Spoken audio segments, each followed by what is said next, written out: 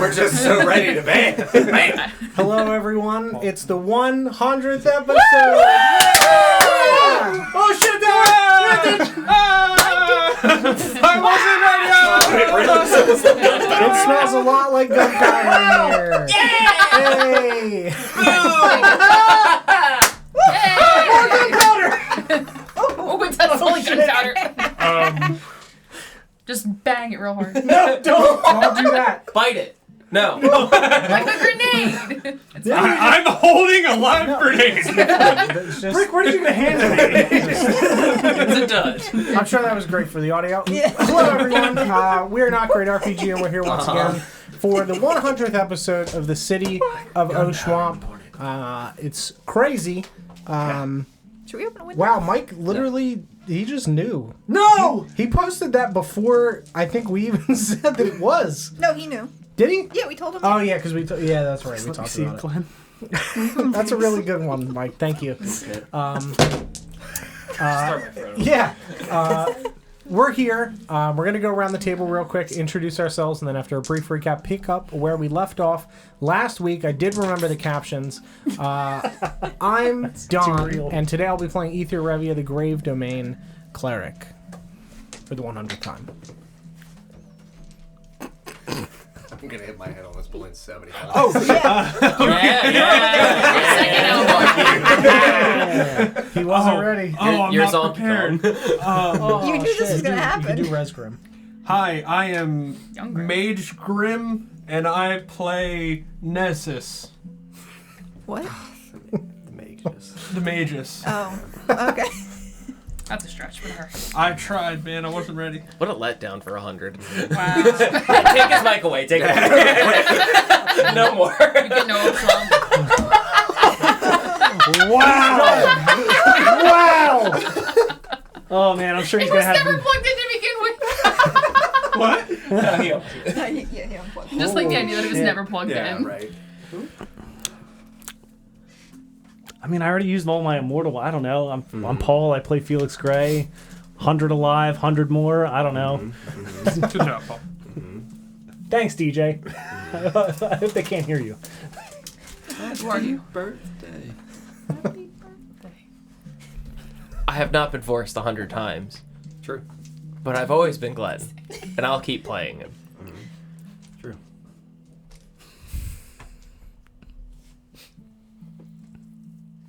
I'm Thariel.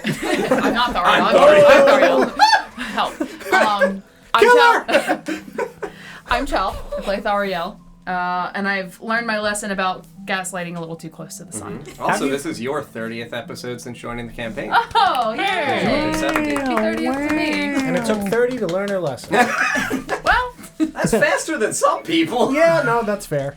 Yeah, but slower than others. Just in the mid. Oh! We may have hit 100 episodes, but Chell never will in bowling. what is this? No triple digits over there. I'm going to roll to burn the tree of life in the middle of the fucking campaign. You can What try. lesson? I will. Speaking of the Tree of Life, I'm Sarah, and I will be playing Ritora for the 100th time. True. Yay! Yeah. Oh, I'm Nesgrim for the 100th time. True.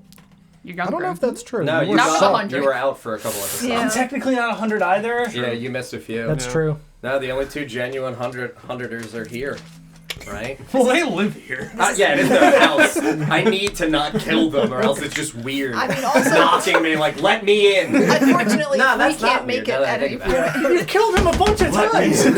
John, do you know off the top of your head when I joined? It was 20. 26? 17. Oh wow, that 17. early. Wow. You joined in the episode where they killed Adrian. Okay. Yeah. Damn, I missed my 69th birthday. No. Legitimately. Like, you got introduced at the very end of 16.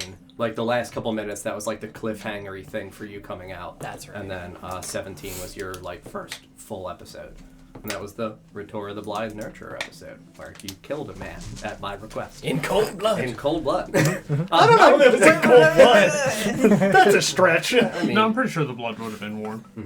Yeah. He told me to do it. Yeah, right? Well, he told Nesgrim to do it. Yeah. He told you to jump off a bridge for Toro. Would you have jumped off a bridge? If it was to save my friend Nesgrim, Probably. I'd just find another way. Why don't do the thing? I thought we were trapped. Do the thing. No! That's fine. I'm John. I'm the dungeon master for this campaign. I do shit like that. Last time we were here, Thariel continued to gaslight little Nina. Little Nina was like, "All right, bitch, bet. Like, I'm definitely like a demon spawn." And you were like, "Well, I'm gonna send you away because you made me cry." You banished the child. The child returned with a fiendish creature attached to her shadow. Big Papa, you know, came in ready to fucking, you know, scrum it up over here. And T.U. Rtle was like, "I'm ready. No problem. I got this stick. I'm gonna send it to the shadow realm. I'll hit the devil straight in the head." And he did. He bonked him in the fucking head, and the devil eviscerated and ripped his heart out. But I sent the devil back to hell, and the turtle died. Yeah, a weird trade. In the game, John. Yeah, in the game. Is that in the Bible? I've never read it, but I don't remember that part. It sounds like something I said bowling the other night, right? Yeah. We held a funeral service for T.U. Rtle inside of the grotto, where we laid him to rest on top of a lily pad. Ritora cried in the waters for like the day. You know, took the day off to cry. We settled around and made some stew. Felix went to rest inside of the grotto as well overnight to sleep. Felix then saw some fucking wild shit inside of an alcove towards the northern edge of the grotto that he described as a pirate ship almost encased in a sensation of two-dimensional stasis, but from a perspective that thankfully Glenn was able to draw that did have additional dimension beyond it for the perspective. We theorized that, like, yeah, this is fucking weird. We went and grabbed Iris because we know Iris is from the other world. Iris attempted to cast Sending to contact one of her two mentors back in the city of Renya, where she is from. Was able to contact Magul, who said, "Find the scales." And we, Ether posited the idea that, as previously had been seen with T.U. Rtle's vision, with him having received a prismatic blessing from the prismatic dragon fall, that perhaps these scales are pieces of fall that have been bestowed upon other people. We know that there's 8 schools of magic, 9 now. T.U. Rtle was the avatar of one of these schools of magic, being particularly for necromancy. So we theorized that it is necessary to find the other avatars of the schools of magic. We went to rest. We woke up the next morning, had a nice, like, relaxing time, starting to get through the day. And Ritora, with Vorth's request of blooming some moonflowers that grow out here in the north around the perimeter in the rock formations of the grotto, to grow some of these moonflowers in memoriam for T.U. Rtle. He struck into the clay right outside of the little declinating shoreline into the grotto waters with his moon-touch sword. Ritora kneeled next to him and casted plant growth. We rolled a solid 7, which I feel like means you rolled either a 1 or a 2 on the actual d20, because your spellcasting ability modifier should be like a 6.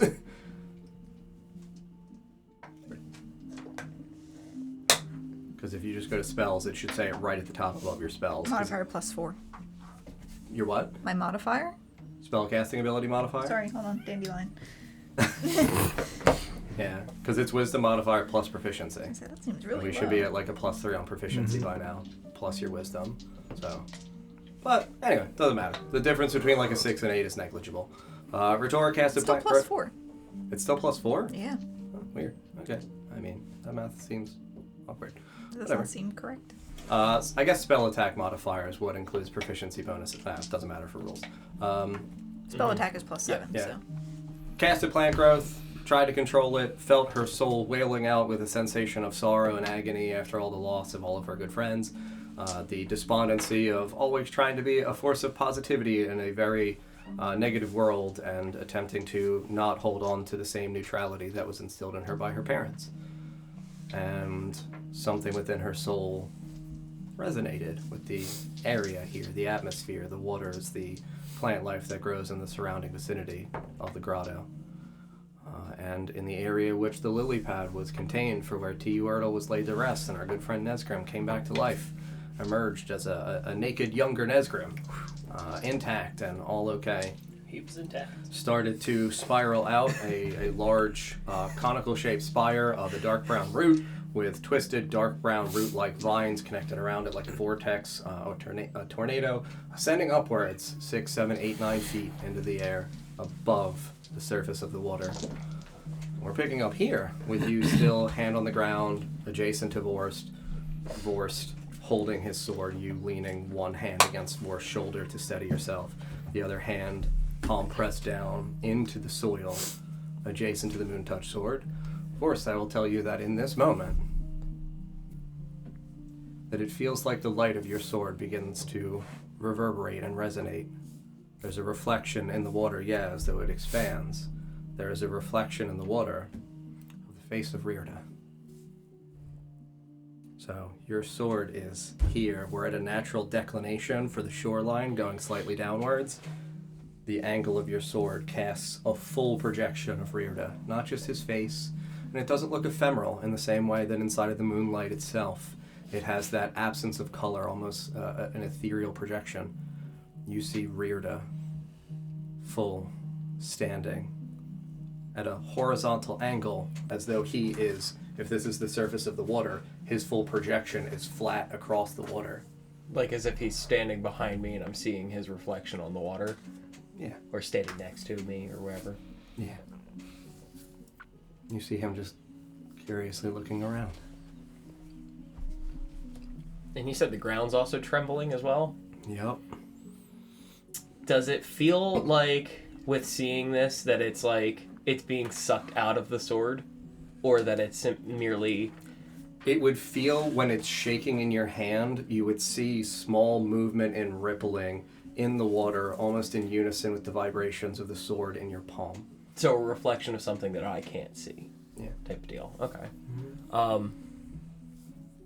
Yeah, I had like my hands on the hilt, looking down, and as I see that, I'm gonna reach my hand out and try to like touch whatever part of him's closest in the water. Yeah. You reach and you feel that same similar sensation of the little bit of a denser, like viscous nature for the waters of the grotto here, the warm, for you specifically, when I had asked before, it was cool, right? Mm-hmm. The cool waters, as your fingertips hit that surface, press through the viscosity, and you feel your hand wrap around a solid form. I'm gonna grab it and pull. Pull. You watch, especially for you right here in the area, as, again, he also would be naked, but the bare, human, untarnished, unstained foot of Rtle emerges from the water. His calf to his knee, one leg at a time, the second leg kind of angled ever so slightly as though his knee is pulled back to his chest, his toes pulling out from the water. I'd let go of the sword and just start pulling. Yeah, and you with a heavy, swift yank on both legs, and he, what you watch is like, for you especially, as the water, again, in the same way as for you all when you emerge from the water, pearlescent beads as they harden, crystallize, and fall off of his skin, and he, straight chest into your chest, like head over top of your head, tackles and falls over on top of you. Right out here on the shoreline of the water. Spin him and like start slapping his face. Yeah, you just hear him. What the fuck? Are you doing this? Is this a joke? Is this real? See him just start to instinctively try to wipe at the water, but there's no water there. You hear his skin, like skin on skin contact, as he's aggressively rubbing over his dense, heavy, matted chest hair. Whoa. That's fucking weird. How? What? I don't fucking know. He's here! Hi, yeah, I'm here. What is this? And you see a naked again. He does not have the tarnished demonic aura about him in his visage or just in his presentation. No more cat pupils with the vertical slit eyes, like back to the regular, ordinary, dark, rich brown that he would have had when Vorse knew him. He looks like a younger man again. The most I can tell is that there is some sort of regenerative properties to the grotto. There was nothing left of him. Just a soul. All we had of Nesgrim was a concentrated soul. Something to bind to. I'm going to shift my focus to my sword. You would see that the light reverberates and almost pulls towards his direction, as though you would see the angle like a concentrated triangle of ephemeral wisps going towards him as they concentrate in a triangle at the center of the blade, almost pulled in his direction. And you see him just breathing heavily, just, I'm fucking starving. Just rubs his legs compulsively. Where the fuck are we? Still under the... You, man! Yes. The friend guy! Ether. Yeah! The friend guy. Yeah! Yes. Yeah! And he just leans over and just fucking big, burly, heavy, dense, fucking muscular arm just wraps around, like your shoulders and chest and just fucking squeezes it. Yeah! Oh, yes, thank you. You're the soul guy! Yes, that's right. Yeah. Oh, I stabbed you. Oh. Dude, I'm a dick. I'm sorry. He just kind of like loosely lets Ether drop. Just, yeah, I didn't want to do that. Is it like a light wisp going toward you? Said it's like a light wisp. It would look like the last wisp of like a cigarette or a bonfire as it thins out and concentrates in his direction. And has the growth stopped, or is it still kind of going? The spiraling root in the center has stopped. The other ferns and swamp life and mushrooms and all things like that, they look like they are no longer growing, as though they have settled around, filling in a lot of the grooves of the natural rocky formations to where it would now look almost like it is so overgrown. Just smooth wall, moss everywhere on the exterior. But again, the 6 to 7 foot root in the center is still not moving or anything like that, still present. I'm gonna pick my sword up and slowly sheath it. Yeah, you watch as the light kind of whisks back away from him. He seems unbothered at first. Just kind of looks around. I feel... I reach to touch him, and I like poke him real hard in the chest. Yeah, you feel solid. He feels real and present. And he just looks kind of at the sword. I think you kept me. You didn't want to leave. I mean, yeah, why the fuck would I? You guys have food. You guys have that whole house with Pancake Man. Like, whatever that guy was. Whoever he was. Limbles? Pancake guy? Loved him. Ether, how is this possible? I do not have an answer. He is not a ghost. He does not look like a ghost. Ooh. He did say boo, though. So he could be a ghost. Possibly. I'm gonna punch him in the shoulder.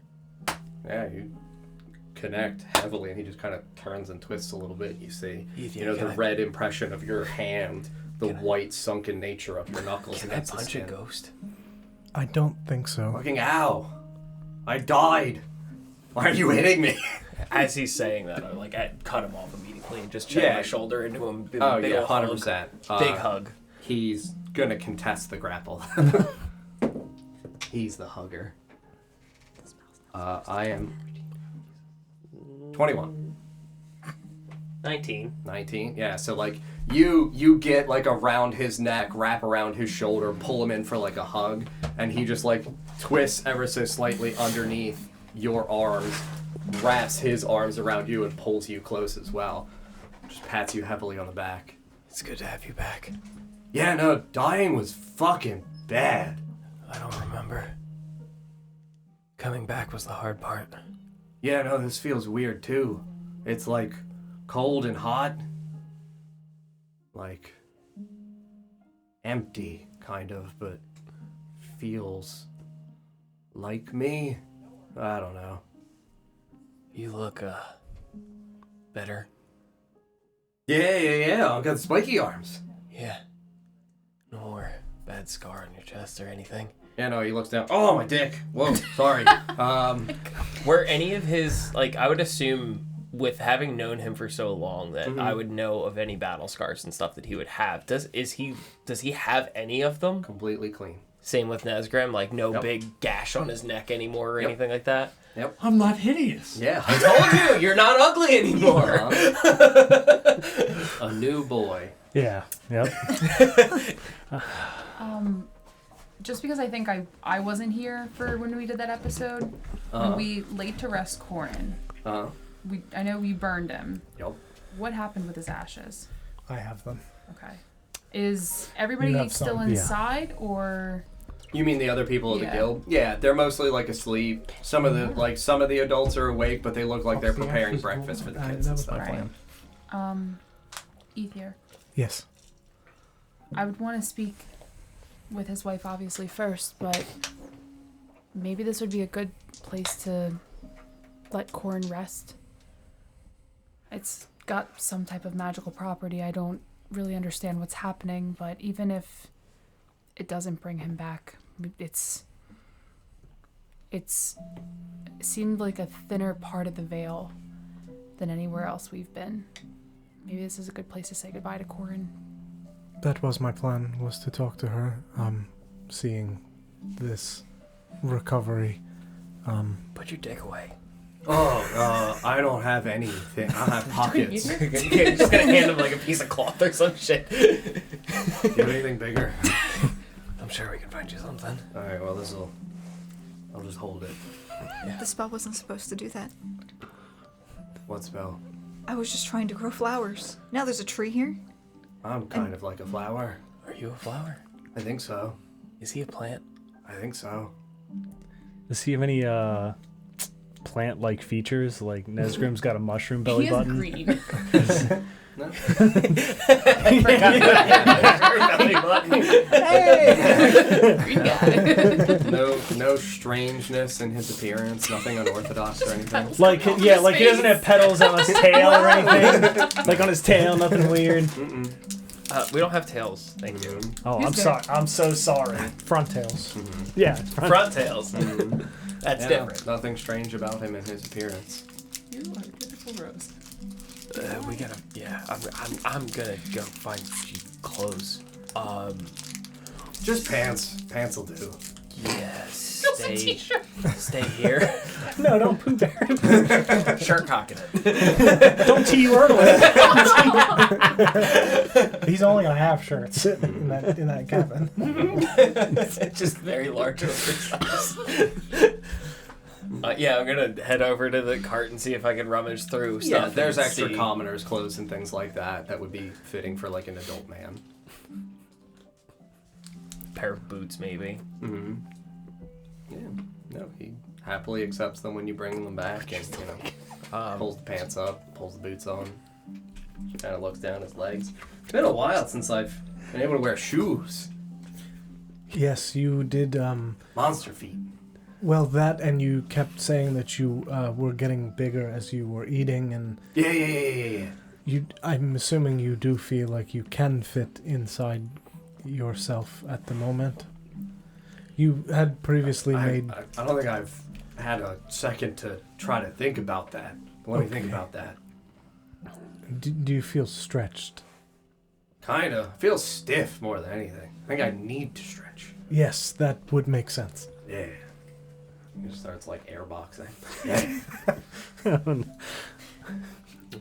Did we establish if I had was given clothes when I was resurrected. I don't believe I was. gave you we got my you. clothes. We still stand. definitely We dress weird immediately. As soon as he went to get clothes, like, are you still naked? We I gave you your a stuff cloak. back. Yeah, they did give you all of your things. Jeez. You got Well, then- all your items back. In that case, I would still be sitting clothed, eating. Yeah. Yeah. Nah, my skin feels nice. Feels real soft. That is good. I have not seen a resurrection of this type before. I don't think I got resurrected. I mean, you were dead. And now you're not, I presume? Oh, that's true. I don't really get that stuff. I don't think it's a resurrection as much as it is a rebirth. Yes. That's kind of what Air was saying. The air talks to you? That's weird. Airbus. Erebos. Airbus? He was. Like an airplane. Yep. Yep. 747.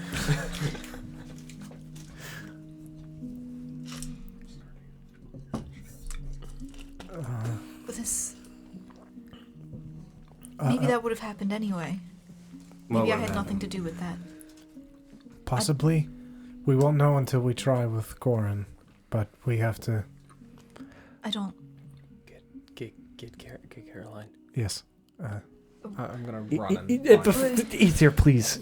Before we go attempting more rebirths, maybe you should check him. I'm very pure and good. No more evil in me. You know. I'm gonna like hook his lip and pull his teeth up. He looks fine. I mean, I can check if he is alive. Do you really want to look a gift wolf in the mouth? Yes. As I'm still hooking his mouth. I deal mostly with dead bodies, but of course, I'm gonna Say, ah. He seems alive. Is that a question or a statement? Now I'm South Philly. I'm talking about the eye. What are you doing? We start like patting him up and down. His cheeks are Did good. you just fucking owe him? Give him the eye. Did you just owe him? I forgot that we had slept. Yes, of course. Yeah, well, like a fucking scouter. Yeah, no, I mean, you look at Nope, him, he's he breathing. looks as he appears to you now, like very similar to in front of you. You would see the a spiritual projection of him intact. Seems like he is who he is. What do you say? Is it bad? The devil? No, Is he back? no, I see what you all see. He looks Hello. like this. His soul.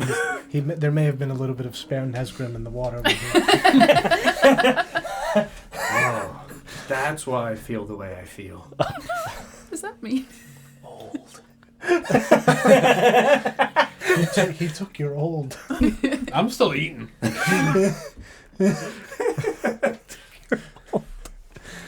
Well, that's good news. Yes. He looks normal, both in soul and body. He looks like he is ready to fight. He shrugs. He's so I am kind of tired. Like, again, I died. Did someone say fight? Snezgrim. Rtle. There you go. He remembered me. Love that guy. Excuse me. Really? He's turned into a cat. I guess that's the Nesgrim in me. I didn't know Stalk was in this campaign. Do you want to fight? Sure. I feel like I haven't fucking hit something in years. We can fight. Yeah. All right. maybe. While they're having a testosterone off, I'm gonna just back my way to the cab. Maybe away Caroline. from the pool. Why not in the pool? Chicken fight.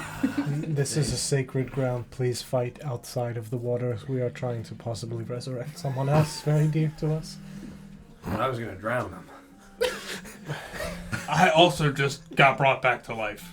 Dude, nice. Same place. Just Really? like a minute before you. Wow. Dude, we're like Res Brothers. Res Brothers.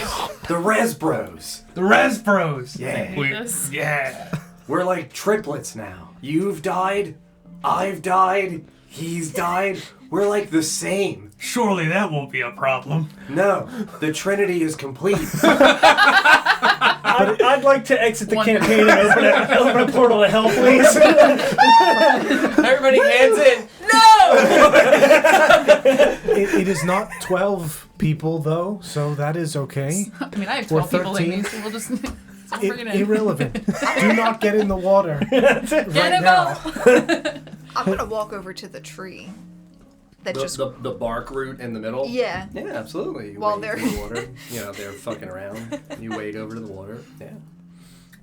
Again, I mean, it clearly goes down the 4 feet. It at the base, for what is at the crest of the water surface, feels like it only goes around, you know, a circumference of, or sorry, a diameter for you of, I don't know, maybe like 3 feet wide. So like it's reasonably big, but this doesn't feel like a tree or anything like that.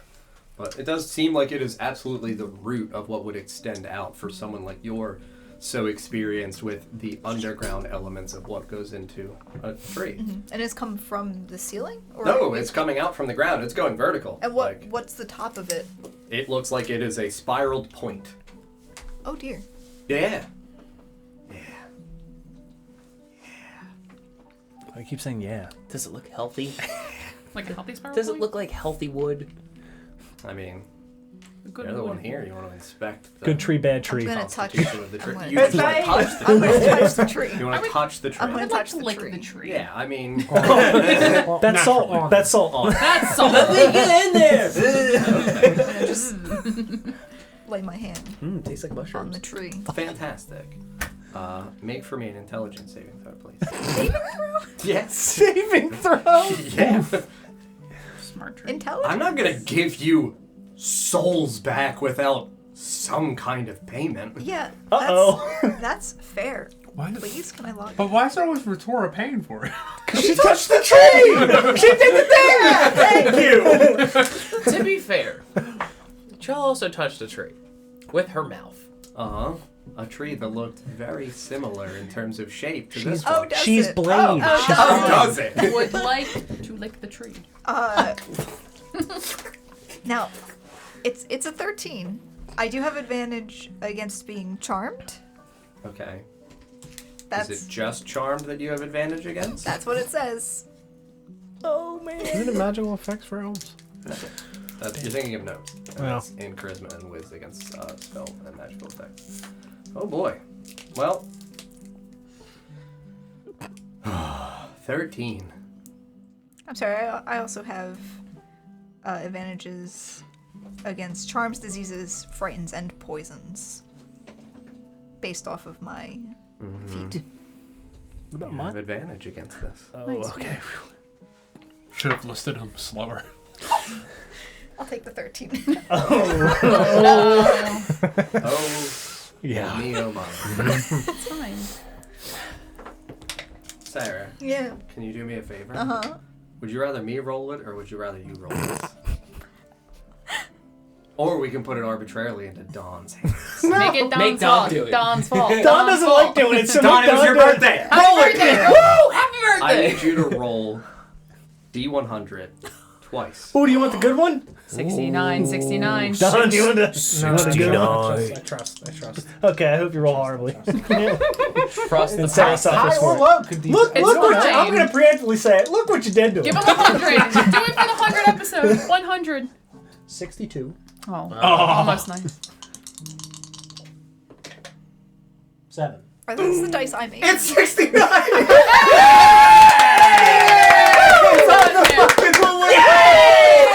That's really fucking The insane. universe works Wow. ever in my favor. Wow, we're so stupid. Dice But really doesn't like work nice in numbers. Ritora's What the favor.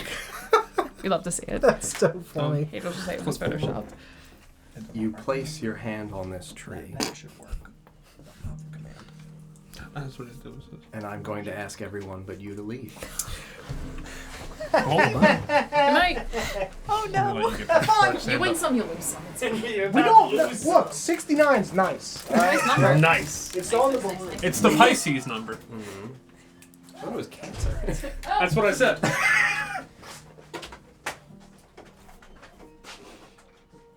place your hand upon this tree, and there is an immediate, sudden sensation within you that racks through your mind. An experience for you, to a degree, comparable when we have done spiritual walks, where your body feels as though it remains in a place, but your mind, your spirit, feels as though it is suddenly ripped separate from your body and placed into another area. You feel as though you are formless. You're capable of seeing the environment around you, but nothing of your own actual corporeal projection remains. And I will tell you that around you, you see, for the first time, this enormous tree. And when I say enormous, I mean of a magnitude that initially feels incomprehensible. It feels as though the trunk stretches and concludes the entirety of, the 180-degree view in front of you, as though you stand only 30 feet or so from it. A quick look up, and you can see that this scales for miles and miles. Trunk, a dark brown bark similar to what you've just touched. All around you is a soft, snowy, flat land. A simple plain. You feel, despite having no corporeal form, a breeze, and it feels so strange because it radiates through your form, starting at one arm, going horizontally through your chest, out the other arm, and you feel it leave your body.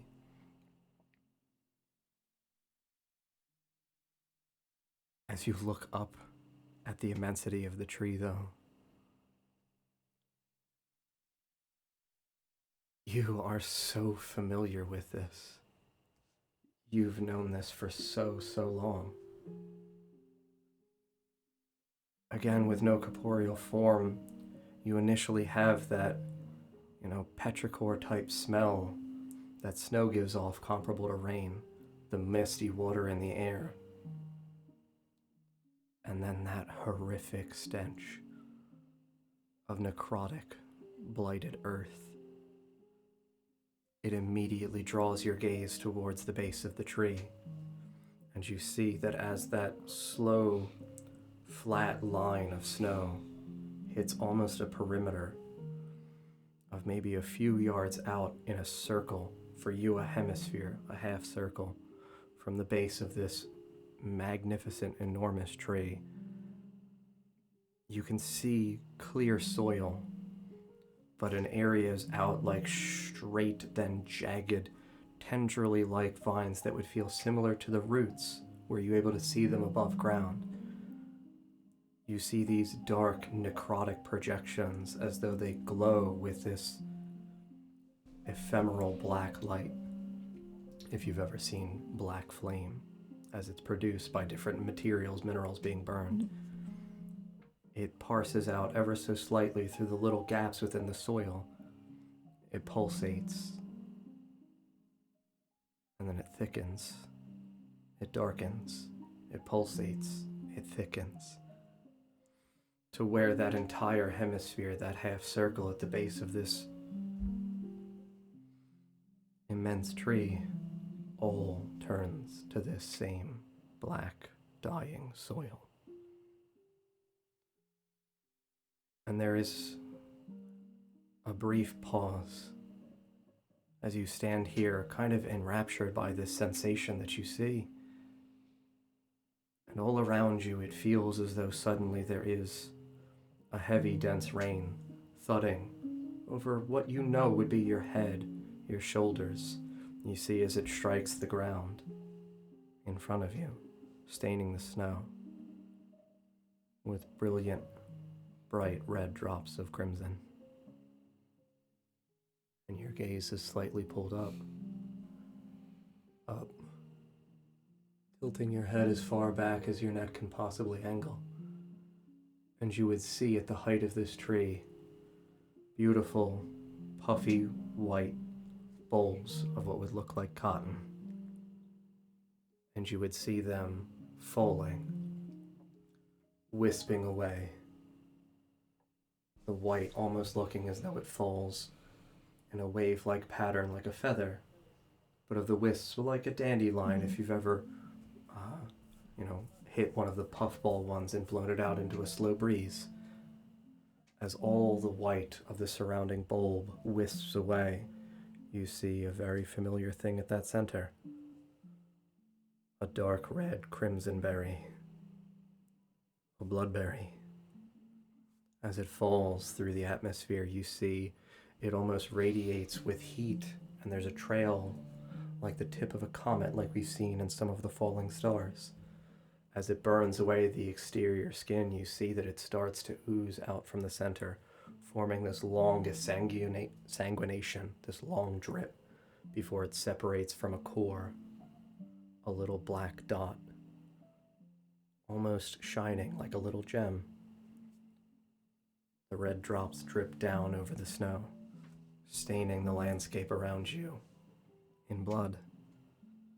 And that tiny little black drop, as you are looking up, feels as though it gets lost in the immensity of the sky above you.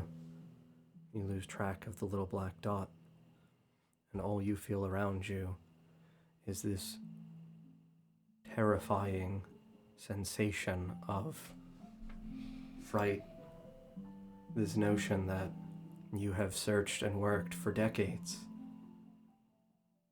hunting down this blight. The familiar smells, the recognition of everything that you have seen so far, the growth. It feels like it's here. A heavy drop strikes the top of your head, and it feels as though at the base of the tree, the scorched, now desecrated black earth pulses.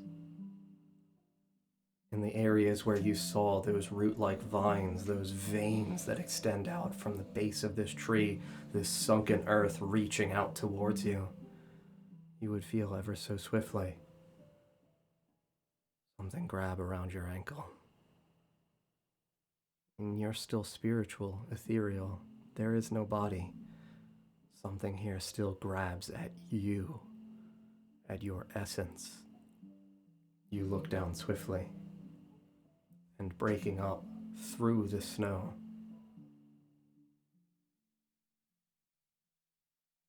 is a blackened hand, similar to when you saw Yalumlo's hands without his gloves.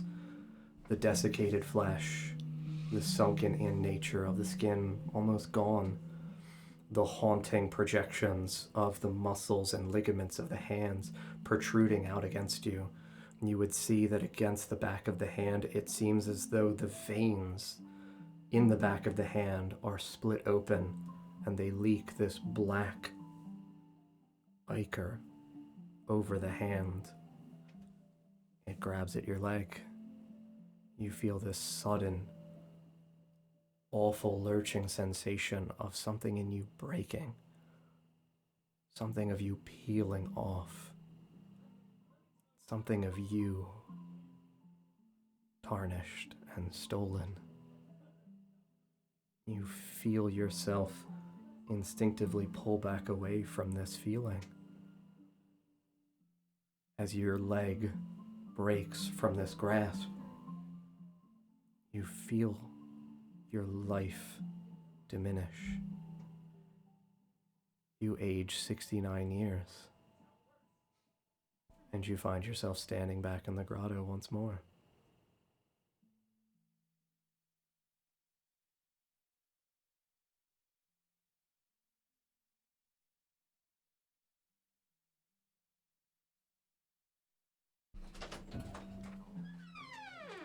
Oh, that's not a good face. It looks like you had a great Some time. more happy fun time. Yay! Yeah, we're I'm having done. fun. You guys didn't scum me. Thanks. Well, maybe if No, you... get back. Well, Paul, if you just let us walk in first, that won't happen. He never does. We wait. It's his house. You can't rush him in his own house. Thank you. I true. will slap you.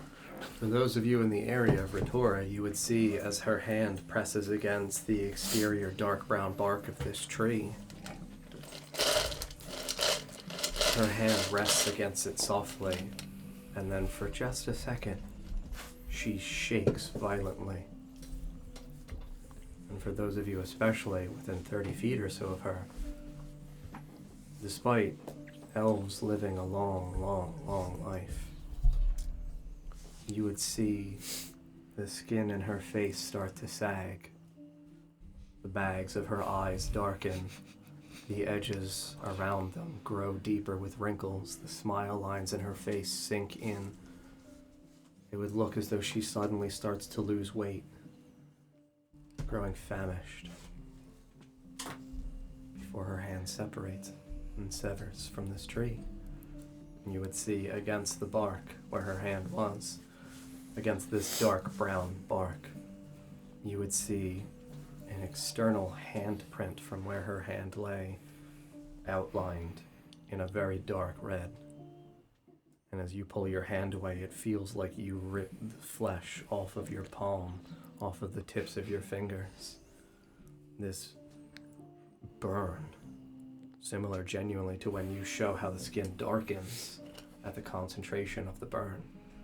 Your skin puffs, darkens, and feels like it is torn. And you stand here in the grotto. Did it rip the black dot off of her hand? Yeah. Did you use that hand? Did it? I mean, I would have. No. Damn. Still stained. Sorry. What? Ritora, what happened? You look as though you've aged in a second. Is she still aged? She remains aged. Okay. I saw a tree bigger than any I've ever seen.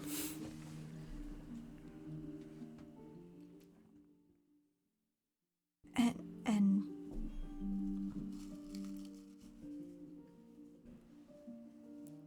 the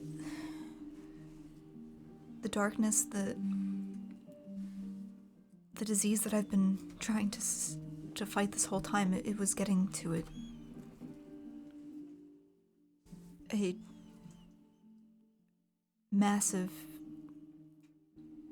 massive tree.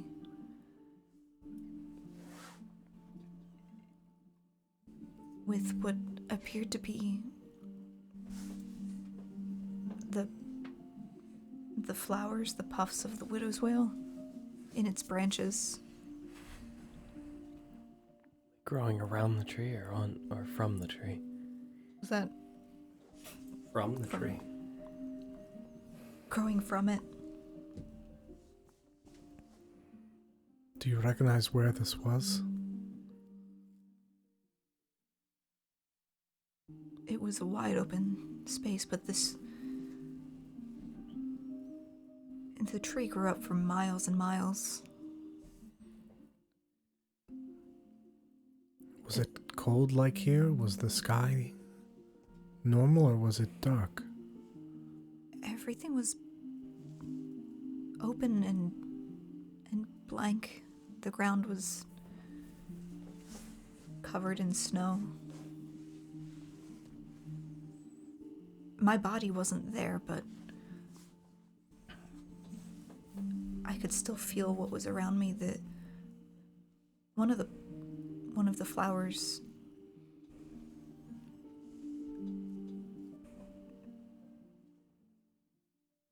the petals turned to what looked like blood and rained down.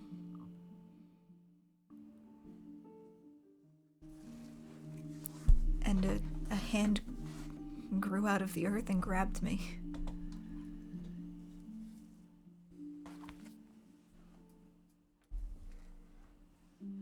Did you hear anything? No. Completely silent, There was a breeze. but nothing else. I think you should get out of the water. Did the tree resemble the one that's in front of you? I know you said it was different in size. The bark was the same. Mm-hmm. The bark. Which is pretty ordinary for Yeah. a tree.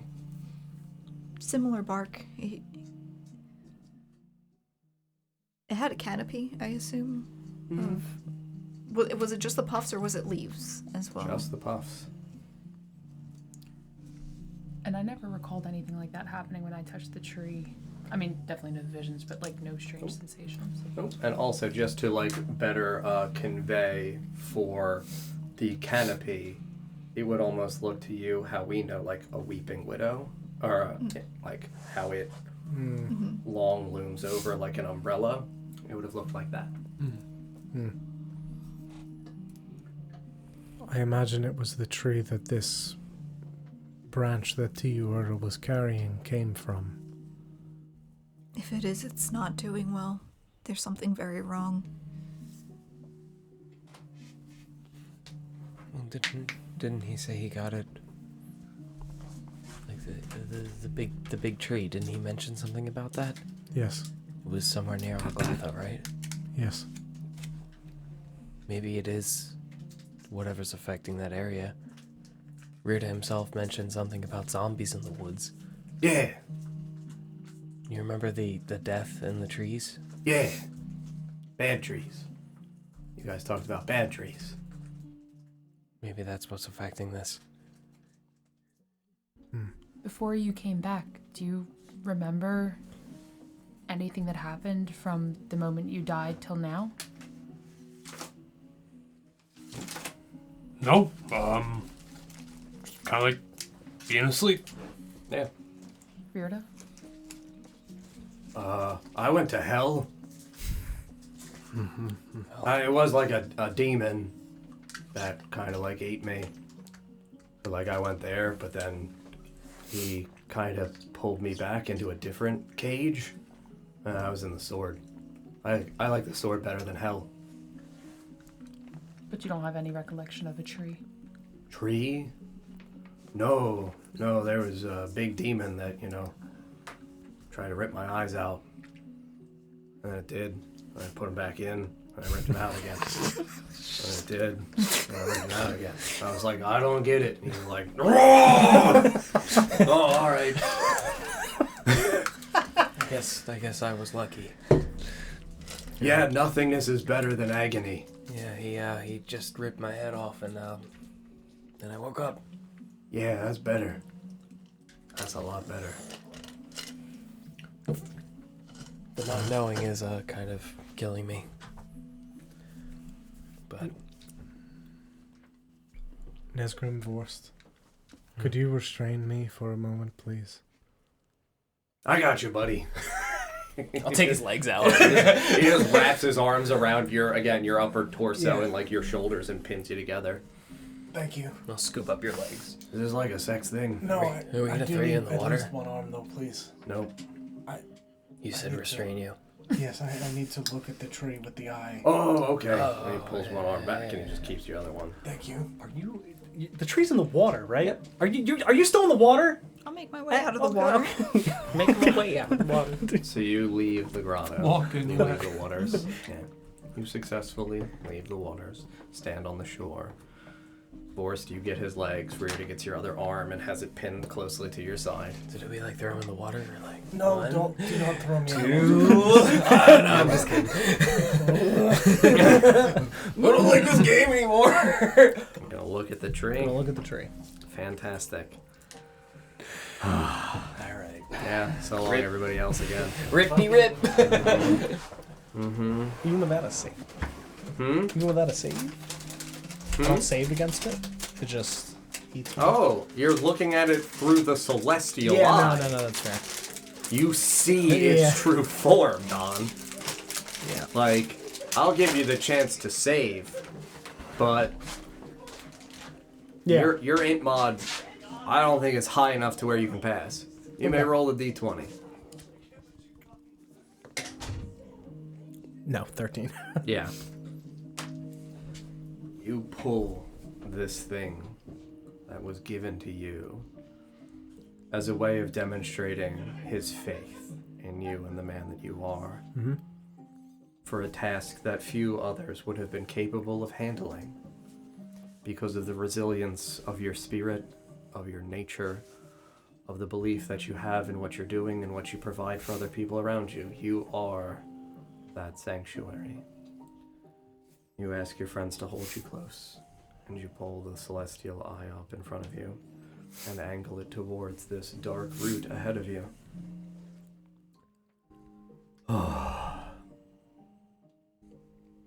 13. Same as her. Yep. Weirdly paired. Yeah, I only have a +1, so.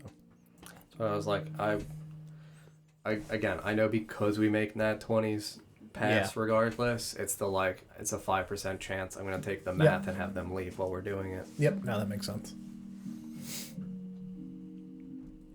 You look at the root, and you can see, again, it is, 3 feet or so in diameter across. It thins out naturally as it ascends upwards. It has roots of its own that spiral around it at like a reasonable interval of a few inches between them. The roots themselves are a few inches thick. I will tell you that as you put the eye up in front of you and you look at this root, you would see that it looks as though it is the decrepit black flesh, similar to when you've seen Yalumla's hands and they were frostsplit bitten. You would see that this looks as though it is the forearm as it naturally thins out, concluding at the base of a hand. The tree is? Uh-huh. Oh boy. Okay. You would see that it narrows out as it approaches the wrist. You would see that there is almost like an enclosed fist at the top point, angled upwards, so the point of it would be the thumb, as though it holds something tightly. That same demonstration for Yalumla's frostbitten flesh, where it has gone withered and black, sunken in, you would see the muscles and ligature, the ligaments of the arm. You would see the veins look like the roots that wrap around the spirally projection of it, twisting in and around itself. And you would see nothing inside of this hand, because it's closed. Yeah. I would say that you wouldn't be able to see what is held within this thing. Okay.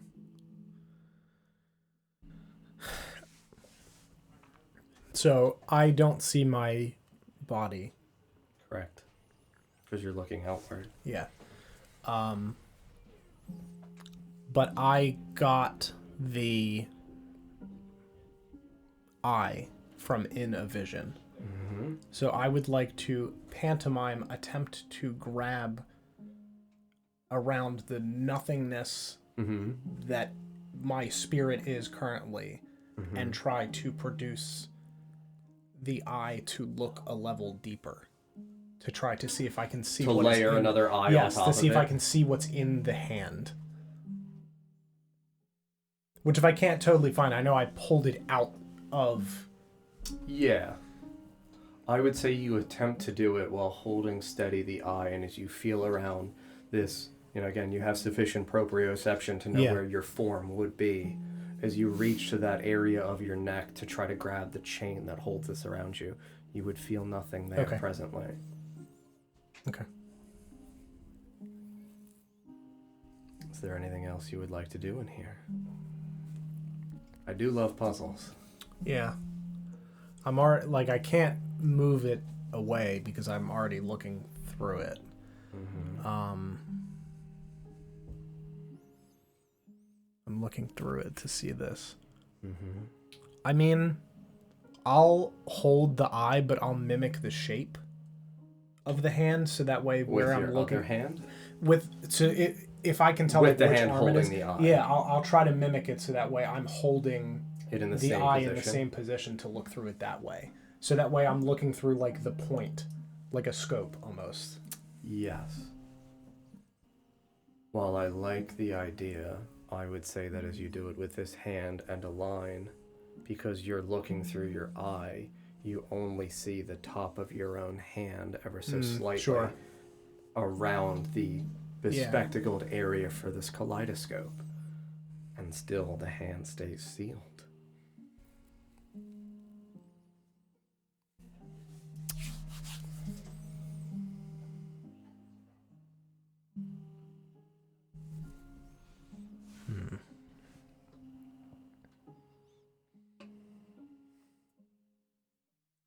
will tell you.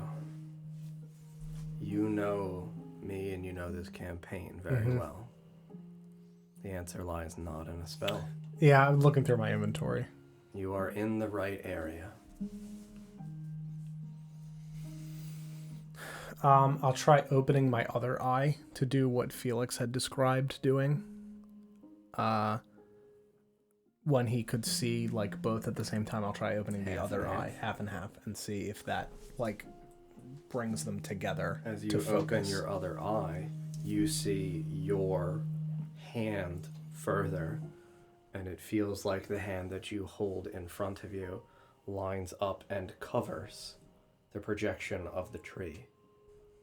And while you're holding, again, the spyglass part of the kaleidoscope, you feel something heavy suddenly appear in your palm. Okay.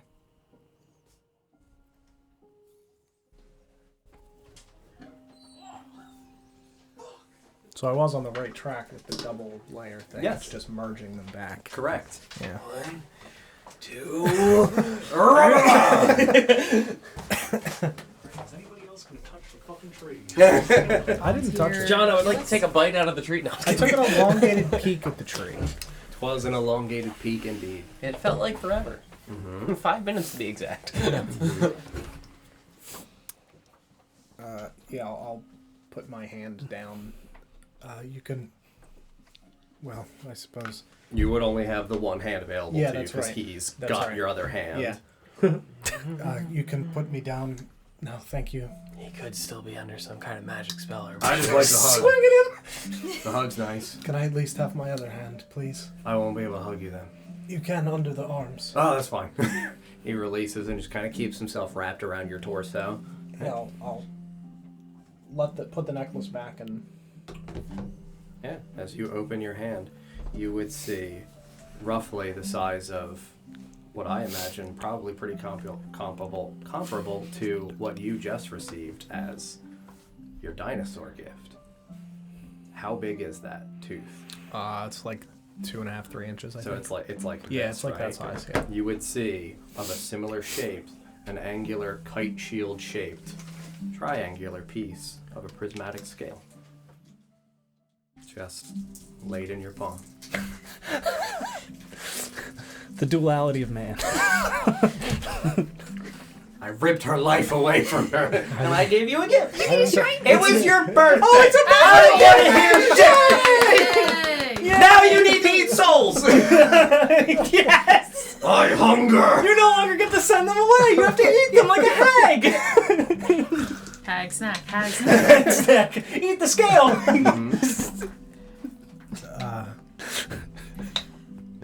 Ether, Are you a demon? How did you... what did you see? I saw this tree formed into a hand like this, rotting.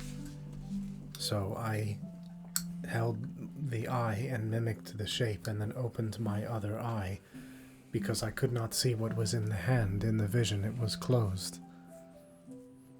I'll tell you as you start speaking that the ground suddenly starts to shake again, and you can see that this projection starts to recede into the ground. The water around in the grotto starts to shake violently as it slowly sucks back into the soil below. Does the water line appear to rise or lower with these events? Or does it stay a constant? It stays a constant, undisturbed by the additional volume of having this thing here. That's fucking freaky. Yeah. That's not right. I want to get Carolyn out here. Pythagoras on the phone. And kind of like, I just like I see her grab her hand, start running out, and like talking as we're going. What's happening? Carolyn, you've been one of my closest friends since as long as I can remember. Okay. And I'm so sorry for the loss that you faced with losing your husband. And I can't promise you anything, but there's something sacred about the grounds that we're on and the water itself. And I don't know if we can bring him back, but I think this might be a good place to rest him. It's a thinner veil. I think the closest he'll find peace. if you feel comfortable with it. Oh, all right. Sure, let me see. First. Runner out there. Yeah, you guys, as you're talking, this starts to happen. You see Thariel running over with Carolyn. Are you shaking the ground? Are you doing that? No, the tree is receding. Did you do that? It gave me this. Does it need that? Does he need that? Who are you pointing at when you say he? Where the lily pad was? Yeah, I mean, you see this fully disappear from the water for these roots, and again, where it was, the lily pad just unfurls again, as though it covers the area for the seismic shock for where the ground would have split. Is that his? It might be him, I am not sure. I would have tried to have yelled to Ether about the ashes and whatever ashes she had before the water descended. It's not that the water's gone, it's that the tree root is gone. The water is unfazed, untouched, even by the presence of the tree and the disappearance of the tree. Gotcha. The water is still there. Lakes don't move. Lakes don't move. Yeah. At all. Rocks aren't houses. Tents aren't houses. What? Rocks are trees, that's right. Yeah, rocks aren't plants, though. Yeah, rocks aren't plants. Even as we're watching that like start to, I would still try and like hurriedly try and get his ashes into the water. Sure. She only had like a little piece, and then you had the rest of Goran, so like You had some too, right? Yeah. Yeah, I mean, Carolyn quickly runs over and is confused and pulls out like her little, vial of her husband's ashes and is like, I don't understand at all what you're talking about. Throw his ashes in the water. I'll pull the little sack of Corn's ashes out and hand them over to her. Yeah, no, she takes it. And the finger bones. Yeah, and dumps, her vial into the satchel. All right. Do I have to do anything else? Just throw it in? I'm gonna pull my sword out and like hold it up. Just give her the ashes. Put light out. Yeah, no, thank you. Adds it into the pouch. Just put my hand on her shoulder. Just do what speaks to your soul. Same as before, I'll stab it into the ground and let go of Ether's feet and kneel and start praying. She pauses as she looks into this small pouch, this collection of grayish, different gradients of grays and black, as soot and ash mixed together from the last of her husband's remains, the few finger bones that you were forming into the whistle laid over top of them. And you see her ever so slightly begin to tear up. You know how much she needs you and how much I need you. I thought I could let you go, but I don't think I know how to again. We lost so many years unfairly. I just want to get them back. She would throw the pouch out into the waters of the grotto, and you would see the little canvas bag just kind of rests ever so slightly, uncinched, and begins to sink as it gets soaked, drips underneath.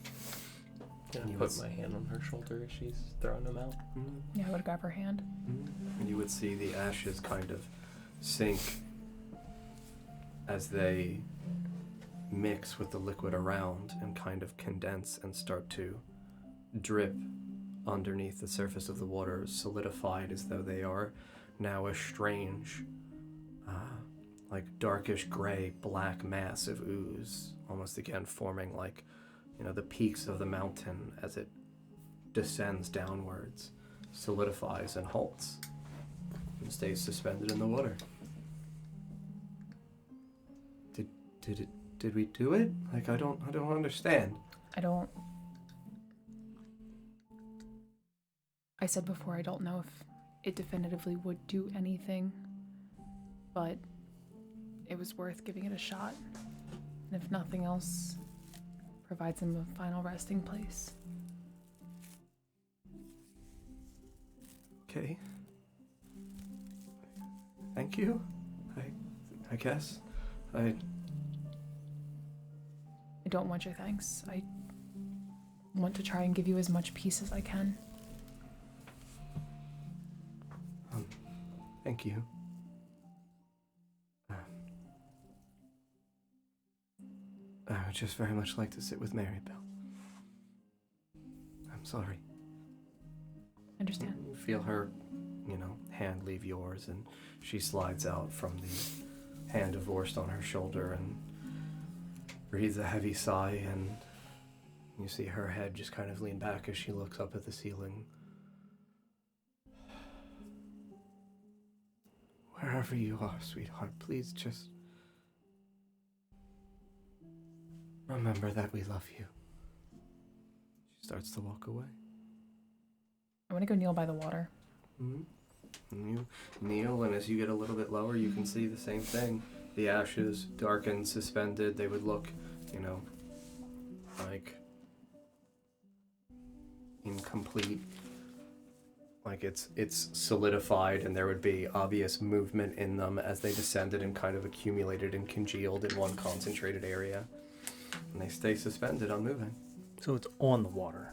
Underneath the water. It's in the water. Okay. Yeah, this would Like be it's suspended this would be in the oil. water surface it's going okay. below, Yeah. suspended below. That's weird. If you suspended something in like a clear oil. Like a Like lava that. lamp. Yes. Am I Like doing that? something? No, like that. Oh.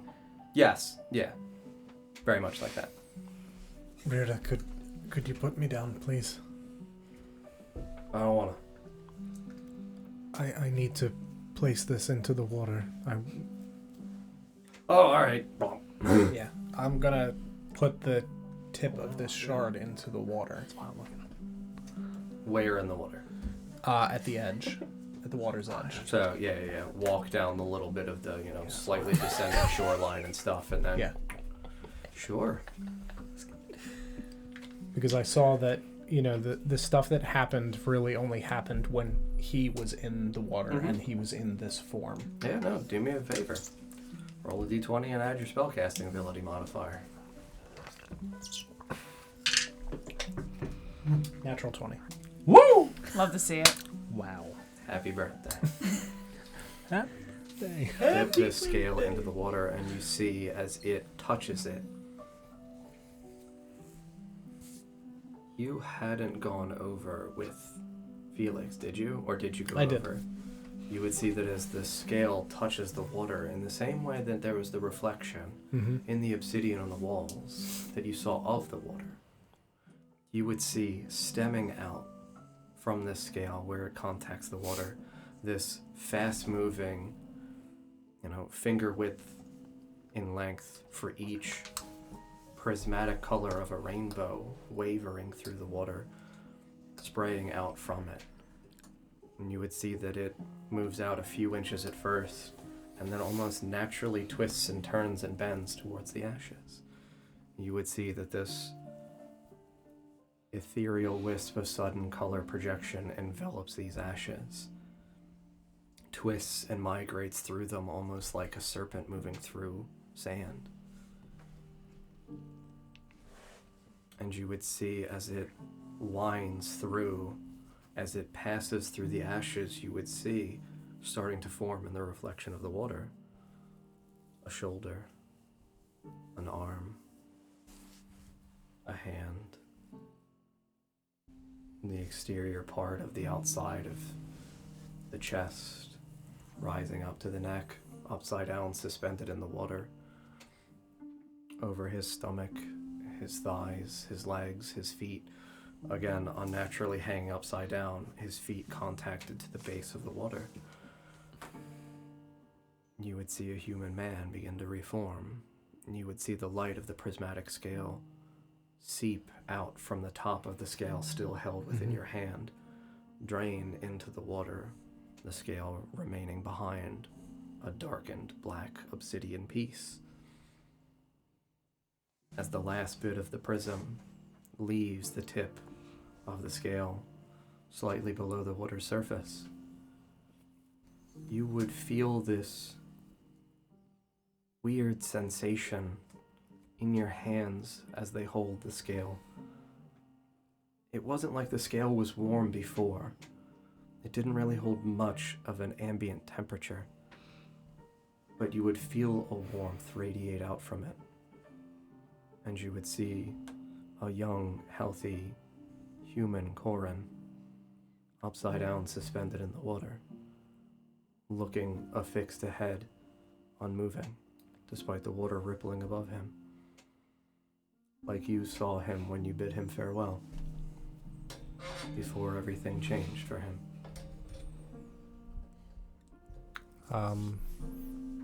I'm going to step into the water and reach my hand out towards him to help him out as I helped him in. You would see as you take a step or so into the grotto and you move through this wavering rainbow of light that extends out from the water itself feels warm, like the scale. You hold the scale in one hand as you reach down into the water below, and you feel his hand grip your wrist and squeeze tightly. And you pull. And I will tell you in the same way for Riordan returned. You would see a man in his early 20s, a tighter, better kept goatee, similar to your drawing of him in the locket, long wavy hair, the crystalline waters solidifying around his cheeks, dripping back down onto the water below as he rises out and just looks in your direction, confused and bewildered. And what has happened? No more words, friend.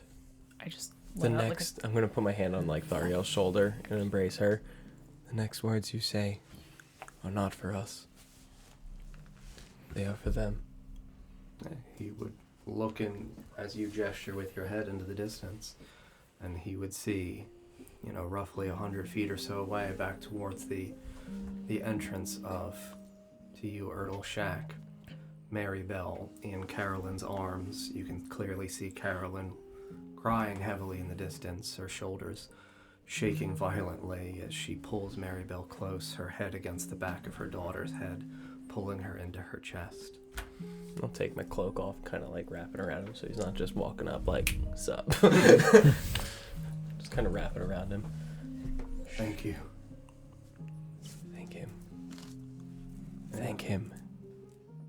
And thank her. All of you. Thank you. I don't understand, but I don't think I fucking need to. We don't get second chances very often. Oh. Just gonna put my hand up over his mouth. He just kind of grumbles, dismisses Nesgrim, and starts to lumber out of the water. And then, as he fully leaves the shoreline, rushes towards them.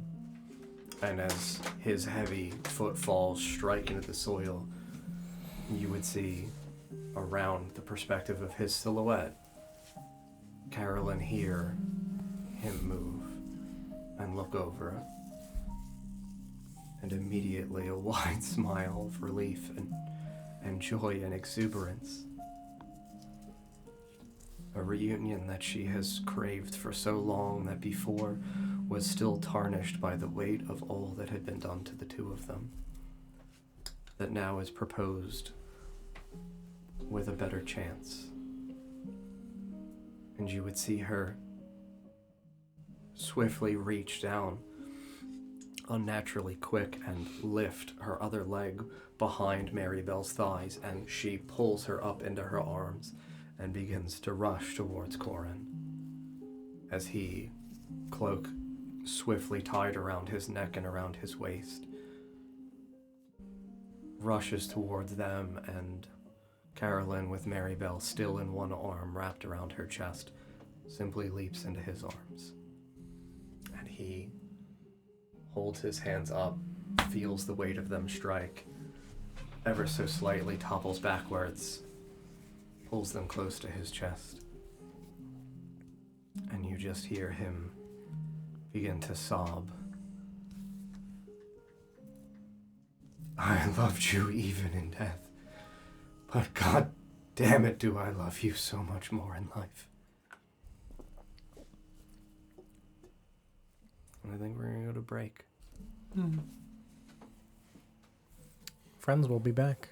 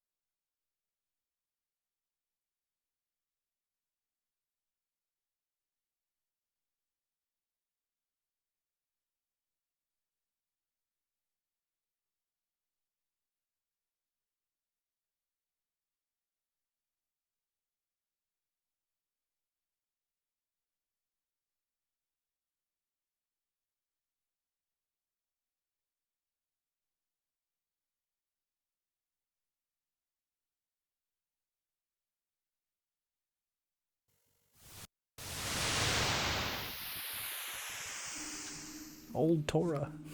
And we're back. Yeah, old Torah. Oh. Sorry. What? Yeah, I would say that we would be picking up, obviously, a few minutes later, without, too much of the surrounding area having changed.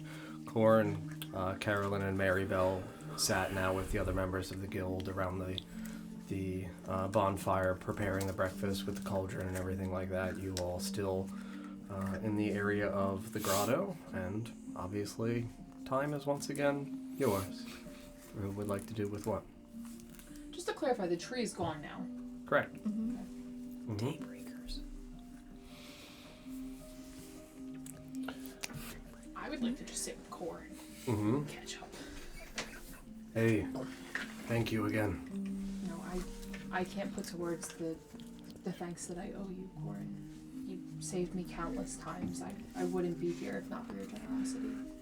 And I'm just glad I can reunite some of the people that matter most to me. It is obviously good to be back.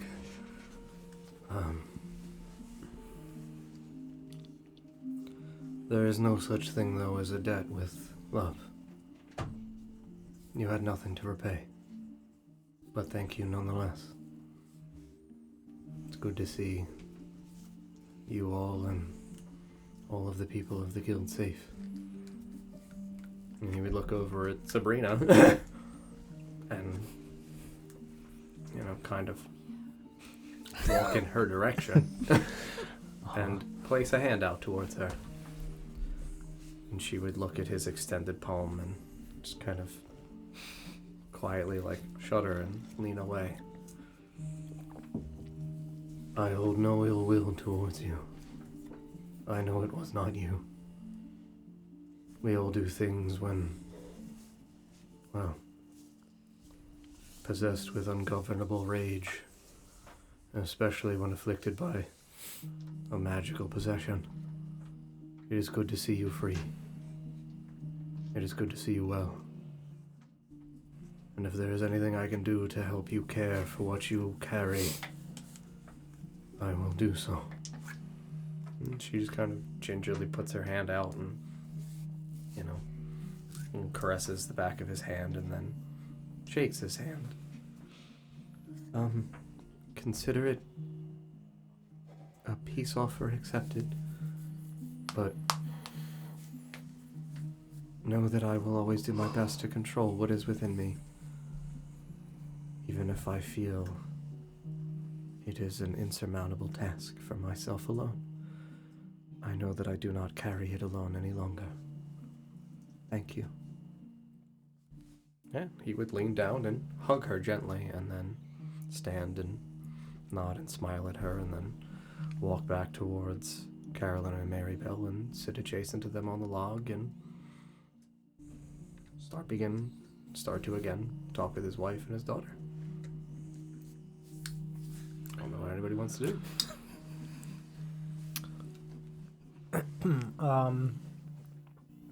I'm gonna go over to Grimdar and Bran. Sure. Are the two of you okay?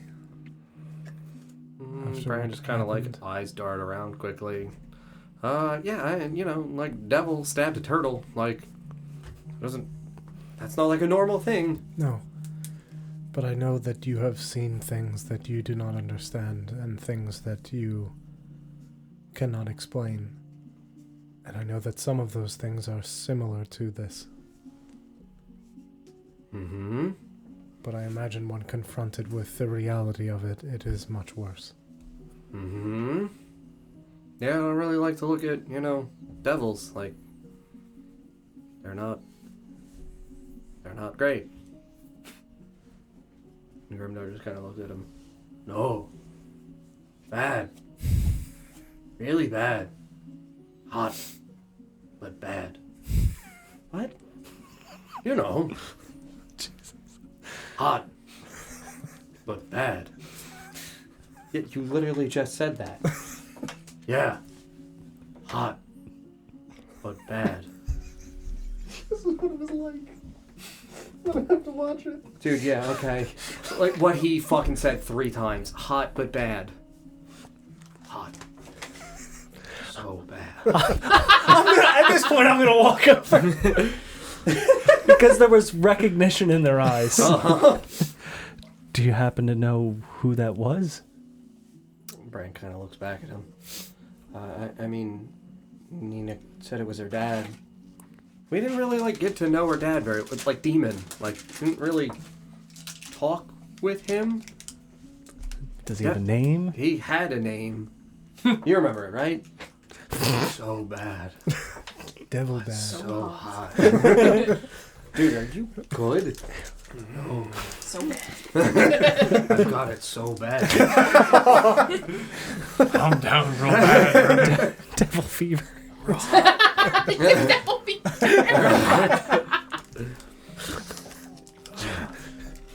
And Brandon would just kind of, again, shake his head. It's weird because, I have so many names in my head that I don't know who they are.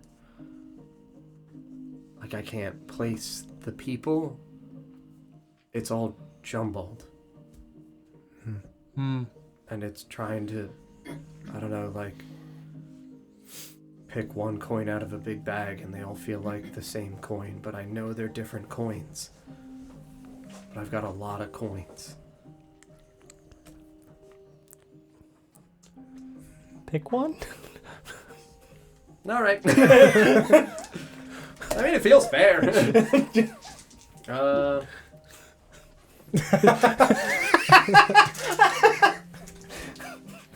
feel like he roughly knows. I mean, eliminate the non-demony sounding ones, right? Maybe? Most of them? We're gonna get Dr. Michael. Don't you fucking dare! Right shop. Michael B. Jordan. Right shop. Nope. No. You rolled well, I know you did. I did. I rolled really well. Oh my god. It was in Adonides. I tried to think of the one that sounds the most like a fucking devil. And this dude said his dad's name, and he's definitely a devil. Adamus? Yeah, that's a devil's name, dude. There's sorry. no way that's not a Adamus? devil. Yeah, devil. Again, all I'm hearing is devil. You say it and I hear devil. Have you ever looked at your dad? Yeah? Closely, in his eyes? Not actively, no. What? You passively? How can I look at him now? He's not here. When he was alive. Oh, yeah, of course. He's like you. Hot. And bad. Dude, you gotta Are we still talking about dads? take a bath or something. With him? Yeah. No. Just you. Hot Just bath. you in the bath. Bad I'll dad. think about it. Dude, fine. Whatever. I don't care anymore. You've got this weird obsession with baths and I don't know. Whatever. Your dad's a devil. He probably had pitchforks in his eyes or something, dude. That's fucking weird. Alright. No, he was pretty normal. Felix, couldn't you do the thing where you look in the memories in his head and see if... I think so I he tried could- that. So he could witness what his father looks like and look into his eyes? Oh, with Nesgrim. Yes. Sure. What? Sure. I'm gonna ignore what you just said. Do you really fuck me? I think he says I'm worse. Yeah, worse. I can give it a try. Are you good? Dude, the devil. Why would I be good? This is all bad. This I'm just gonna push on him to sit down if he's not already sitting. Yeah, no, you gotta slumps down. Dude, I'm just fucking tired. I'm so done.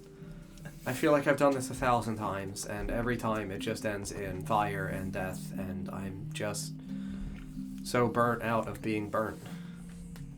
You know? Turn to Grimdar. Keep an eye on him. So... Is he just... Where is he looking? Is he just staring at Bran? He's staring up at the ceiling. Hearing the rise in people's voices from the side of Yeah. the camp, I'm gonna walk over. Mm-hmm. Who's trying to fuck a devil? What? Grimdar. No, the rock up there. It's a hot rock. He's looking at the ceiling, and there's just absolutely just a pair of two nicely spherical shaped rocks Grimdar likes big rocks. She's just completely ignored me. He's just completely gone. Did you just find a way to work Ceiling Titty into a fantasy campaign? You're welcome. At what point did he stop talking about the devil and start talking about the rocks? When he looked up.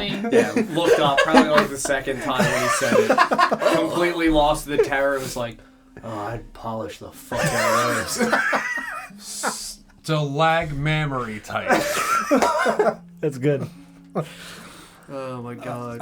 Important question before he looks inside of the chest. Stalactites. He was there the whole time. That Paul pointed out that we do need to ask, does Grimdar have Dork? Does he have Dork? Paul messaged I'm gonna me. throw him in the water so bad. Have you ever asked? Well, I don't have any context for what or... He's not pulled Dork He doesn't out. have it on his belt. No. Okay. No dwarven skull on his belt. Apparently. Is he still staring up? Yeah. Can you? I'm gonna pull the hat off of his head and knock on his head. Yeah. Keep an eye on him. Yeah, you pull the hat off Grimdar's head and you see a little tiny dwarven skull. Yep, that's where you keep it. Did you actually keep it there? I mean, Yes. definitely. There were times when he hid it there. Absolutely. Oh, because I'm trying to take it away from you. Yeah. Yup. Like, get that fucking thing out of here. Yep. So this is pre me putting a bone on it, so I had it like a juggler. That's and shit. right. So this was pre that. Okay. For clarity. All right. Yeah. So I'm just, as Felix, gonna ignore the skull. Just gonna knock on his head. On Grimdar's head? Yeah. Keep an eye on him. Huh? And I'm gonna physically move his thick dwarf neck to look at Bran. Tie the rope around him. Oh, hi, Bran. The green guy says I gotta look at you. Look out for. Look out. Keep an eye on. Take care of. That would hurt. Take care of. What does that mean? Make sure that he is okay. You okay? Keep No! I'll say it. not. I'll say it in Dwarvish. Sure, yeah. Take care of him. Oh, I got your rocks on lock, buddy. How long have you had that one in the chamber? So, actually, He had it rocked and loaded. Damn. Okay. Also, logistically, Grimdar has a Grimdar-sized skull on top of his head Yep. under his hat. Yep. Okay. Yep. Just clarifying. Yep. That's where I keep my brains. He does all my thinking. I'll get to it in a second. This kid's got a skull on his head. Yeah, it's his skull. No, another skull. This is my skull, though. I do not think that is possible. Well, he says I'm him, and Okay. he's me. Fucking talk to. Wait, what? Skull Man. We're not doing this again. What? And I'm gonna reach for the skull. Sure. Yeah, no. Oh, don't touch him. He's shy. You could try to make a psychic connection with it that would rule it out. Possibly. Yeah, I guess I'll try to make a psychic connection with it. Yeah, you attempt to establish a psychic connection. There's no creature or sentience there or consciousness for you to connect to. It doesn't mean that it can't be scryed on, like the bear. I'm gonna reach for it again. Oh, no. Dorgrim's good. Let me see it. What was that? Dorgrim. He's good. He's Who's- my friend. Your skull friend. Yeah. His name is Dorgrim. Yeah. Goes by Dorg. It's a fucking problem, man. Dorgrim or Dorg. Felfarthen? It's a bad name, yeah. Frost Dad? Yeah? Yeah. Where did you get Dorgrim? He was in my hat. When you found the hat. When I woke up, he was in my hat. Does the hat look out of time? Does it look out of Yeah, 'cause time? didn't he find the hat in the tunnel? Because it looks ragged, right? Yeah. Okay. Grimdar, you told us that you found the hat in the tunnel. Yeah, when we were walking earlier. Did you have the hat when you woke up and then lose the hat and then find the hat again? No, I had the hat. Found the hat. Was the hat already occupied when you found it? No. When I woke up today, he was in the hat. Today. Yeah. That was in the hat. Yeah. Yeah, you should let Aether take a look at it. He can tell you more about it. He's really good with bones. He's You bone talk man. to Dorgrim? He's bone man. I'm sure he's got a lot to say. Talkative. Oh, all right. That's what Dorgrim means. No, it means death's door. It's dwarvish.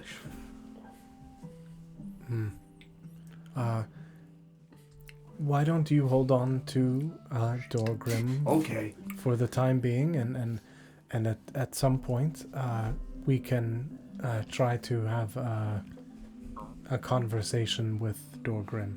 Okay. And he just moves the jaw and says, okay. Thank you, Ethan. Good to see you again. Again. Okay. Okay. And I'm just sit gonna, here. I'm gonna put the hat back on him. It's just resting on top of his fingers. You told him to hold Dorgrim, so he's holding Dorgrim. Can you tell him in Dwarvish? In Dwarvish, let go of Dorgrim and keep an eye on Bran. Rocks locked. Yeah, baby. And I'll look at Bran. I'm gonna go look at the pitchfork. Kill eyes. me. Please. Just let it end. You're gonna fork his eyes? He just got him back. No, his dad's eyes. Oh, his dad's eyes got forks in them. Stop. Okay. Is that how he died? Possibly. What? Your dad got forked in the eyes? No, he died from the rot. After getting forked. You get forked. I just need you to think of your father, like a conversation or a period in time When you with stabbed him in the eyes with a fork. Not that.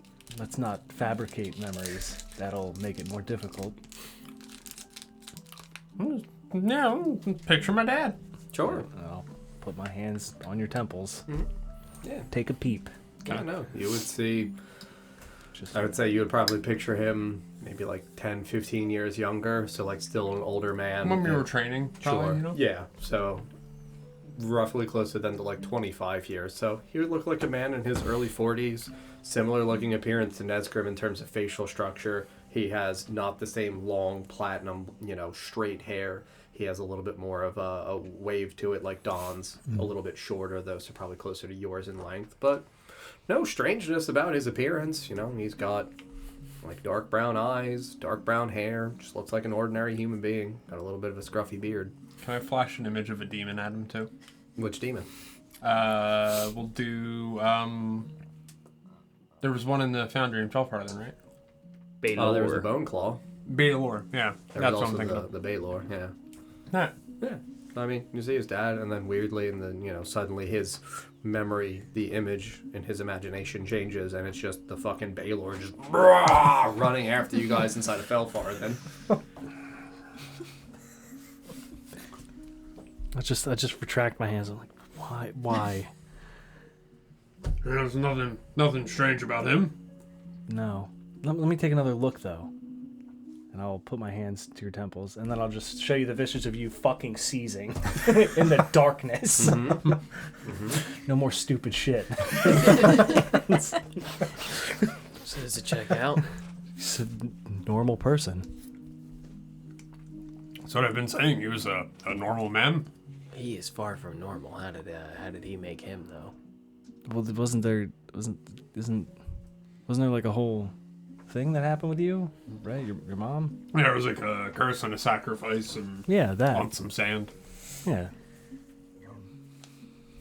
I don't appear to be like that now. You're still pretty gray. Your eyes still purple? Or gray? Yeah, it's It still was one of the two. I can't remember. It was was gray? Okay. Right. Okay. Oh no. I am still me. Yeah, but you're not normal. You shouldn't base a person entirely off their Define normal. lineage. Then no, I'm not normal.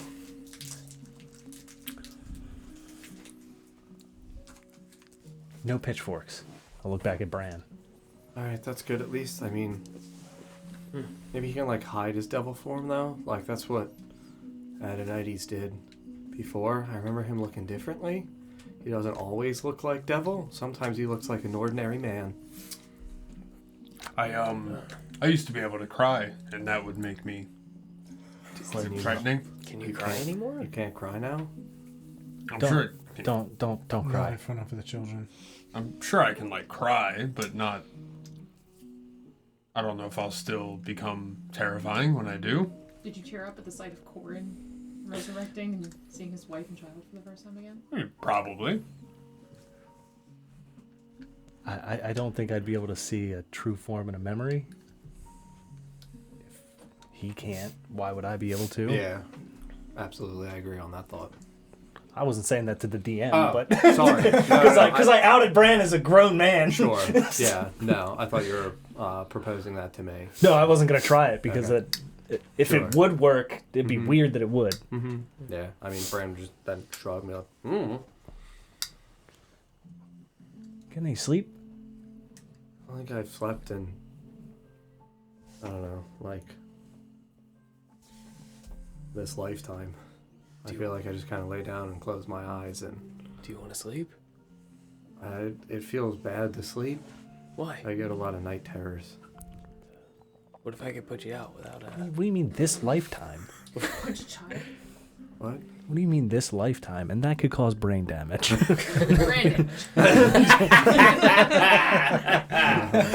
This side's on fire tonight. There are times I remember myself being older. So I feel like this isn't the first time I've been me. I mean, also, we literally just saw like 3 people get brought back from the dead. So, like, drug. The visions that you've had don't make sense with how you currently are. Yeah, that. Like, and some of them I'm definitely not, you know, fucking boy. You also seem very mature for your age. And you don't. That's a two-way street. That was hurtful. Yeah. And unnecessary. Eh. I'm gonna have to side with the child, man. He just low-key reaches over and tries to fist bump you. He's gonna lock eyes with Desgrim like, yeah, child man. Man, child.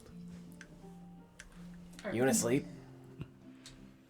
Like I could put you out, like. You could just make him a tea. Put him in a chokehold.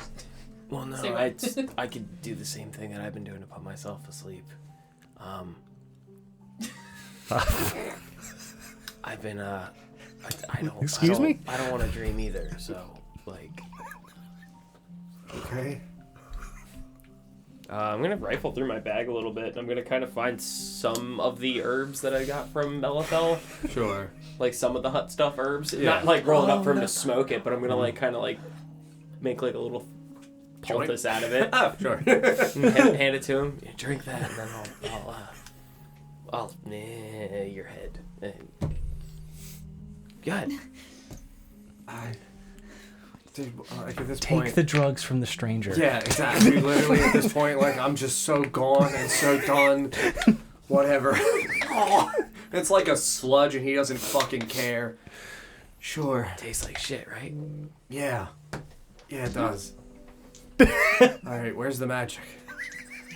I'm gonna wind my fist up, Dude, and I'm gonna cast sleep on it. Sure, yeah, absolutely. Sleep in AoE. Yep. Yep. I'm gonna step back as I watch you cast sleep. It goes for the Lowest least amount hit of point. hit points, and then just keeps going out until it reaches the... Brandon Grimdark. Yeah, especially with how you rolled for all his hit point values. Boom! And your fucking stats One! at the start of the One! game. One! Oh, jeez. It was really bad. I'll Yeah. never roll health It again. was awful. Just re-rolled 1. Just don't roll 1. Can't roll. Now we reroll once. We didn't. Yeah, we weren't re-rolling ones in that campaign. We also don't roll for stats anymore. Mm-hmm. Yeah. I mean, you can. I roll. It's a dangerous game. I roll. Yeah, it is a dangerous game. 22. Actually, we might Yeah, roll you would see that think Brand first just kind of did like roll. looks at you, sees your hand, goes back, just dome me, dude. I don't care. And he watches as you make the actual quick somatic symbols for the spell, and he just, oh thank God. And you just see him kind of like lean heavily on Grimdar's shoulder, and you know Grimdar just kind of looks over at him. He's dead. Ah. He is sleeping, Grimdar, not dead. Ah! He will be okay, Grimdar. Someone help him. He'll wake up nice and rested. Oh, okay. He absolutely just puts his big fucking hand on his head and just pushes him off and brings his soul forward, like onto the ground. Did not burn out also. Okay, good. No, he's dead. No, he is very asleep. Help! Help! Where's he looking? Up in the ceiling again. Help! Does anyone else fall asleep? Grimdar? Nah. He had like 19 health. Does any? Yeah, I can't. I guess I could. I could cast it again. I don't know if I wanna. Help! I think you should Grimdar, put why him. don't you be more about the... All right. Maybe the old-fashioned way with the guy dwarf. All right, I'll do it again. He's a dwarf. He's real nice. He says his name's Dorgrim. He does magic stuff. What kind of magic stuff? He said he's really good at illusions. Illusions? Yeah. Okay. He said he can make things that aren't real. 19. Has he shown you these things before? No, I've only known him for like a couple hours. You just found him? Yeah, he was in my hat when I woke up today. Hot. 33 for sleep. You would see that he just kind of like looks like he's gonna nod off. Oh. And you would see Maribel slump. Oh, she's dead. Someone else got. Help. Just Help. you can hit. He's got They're a dying. thick skull. Help.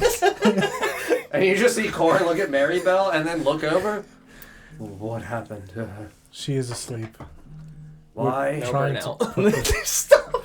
Horse was trying to put the Wonder Twins to sleep. They are unable to sleep due to horrifying night terrors. I'm fairly certain Grimdar sleeps just fine.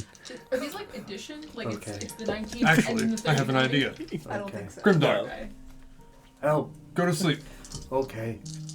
Wait, hold on, Grimdar, wait. He's asleep. Damn it. I was having a Just conversation instantly with him. big puddle of drool. Just right.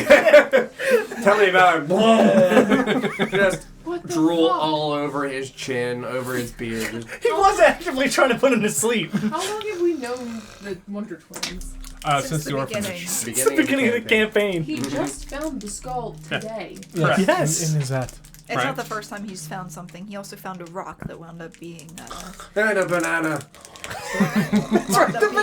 the very This egg one. that. Killed me. Yeah. Okay. So no, this is bad. Whatever this is terrible. Well, he's asleep now. We can just grab the skull. Is it something with his hat? No, he Like, found, does he keep finding the things under his hat? I don't think he found the rock that under a his fucking hat. I think thing? he just found it, right? He just found the hat today. No. No, he's had. The hat he's had since we've been underground. Oh, okay. The He skull just did yes, the skull was today. He did not find the obsidian thing in the hat from what he said. The banana he did say was in the hat. I don't trust the Is that hat. Can someone check this hat? Is that a Is thing? there a hat check? I'll ritual cast detect magic Mm-hmm. while we're Sitting around. sitting around. I guess Looking while for we're some while she's teleportation. casting that, I would approach Iris and ask her the alcove that we looked at last night. It's possible for anything to pop out of areas like that, like a hat or a skull. I mean, it is temporally linked. I guess it is possible. Like when we arrived, my sailor and I, we arrived through a similar feeling and appearing area. Okay. Ours was, again, outside of the islands of Roc d'Urmenoir. I mean, were there anything maybe scattered from your home around that area? There were some things, yes, as though other people had made the journey themselves, too. What did you see? Well, We arrived on the outskirts of an island along the beachy coastal line. There were bottles, vials, looked like apothecary items. But they were all empty. Oh, empty. You don't know of anybody else that has crossed over? No, I do not. Huh. That's strange. Yes. Are you at all concerned about that? I mean, I have been, but I've never encountered anyone in the 200 plus years that I've been here who's from my home. And I mean, I only was able to come here because of Renya. Other than them? And I'll point at the Wonder Twins. Yes. That's a bit concerning. Yes. Alright, well, if anything else comes to your mind, please let me know. I will. Anything else strange that may stick out. Yes, I will be on the lookout. Thank you, Iris. Of course. Try to stay away from the sleep area. Just if she's anywhere near it, I'll just be like, just in case. Yeah, that's a good call. Does she look over at us when he says that? Yeah. I'm putting them to sleep. That's good. They are very troubled and very loud and constant with the talking. It's nice. It's very quiet and I adore it. Thank you. Yeah.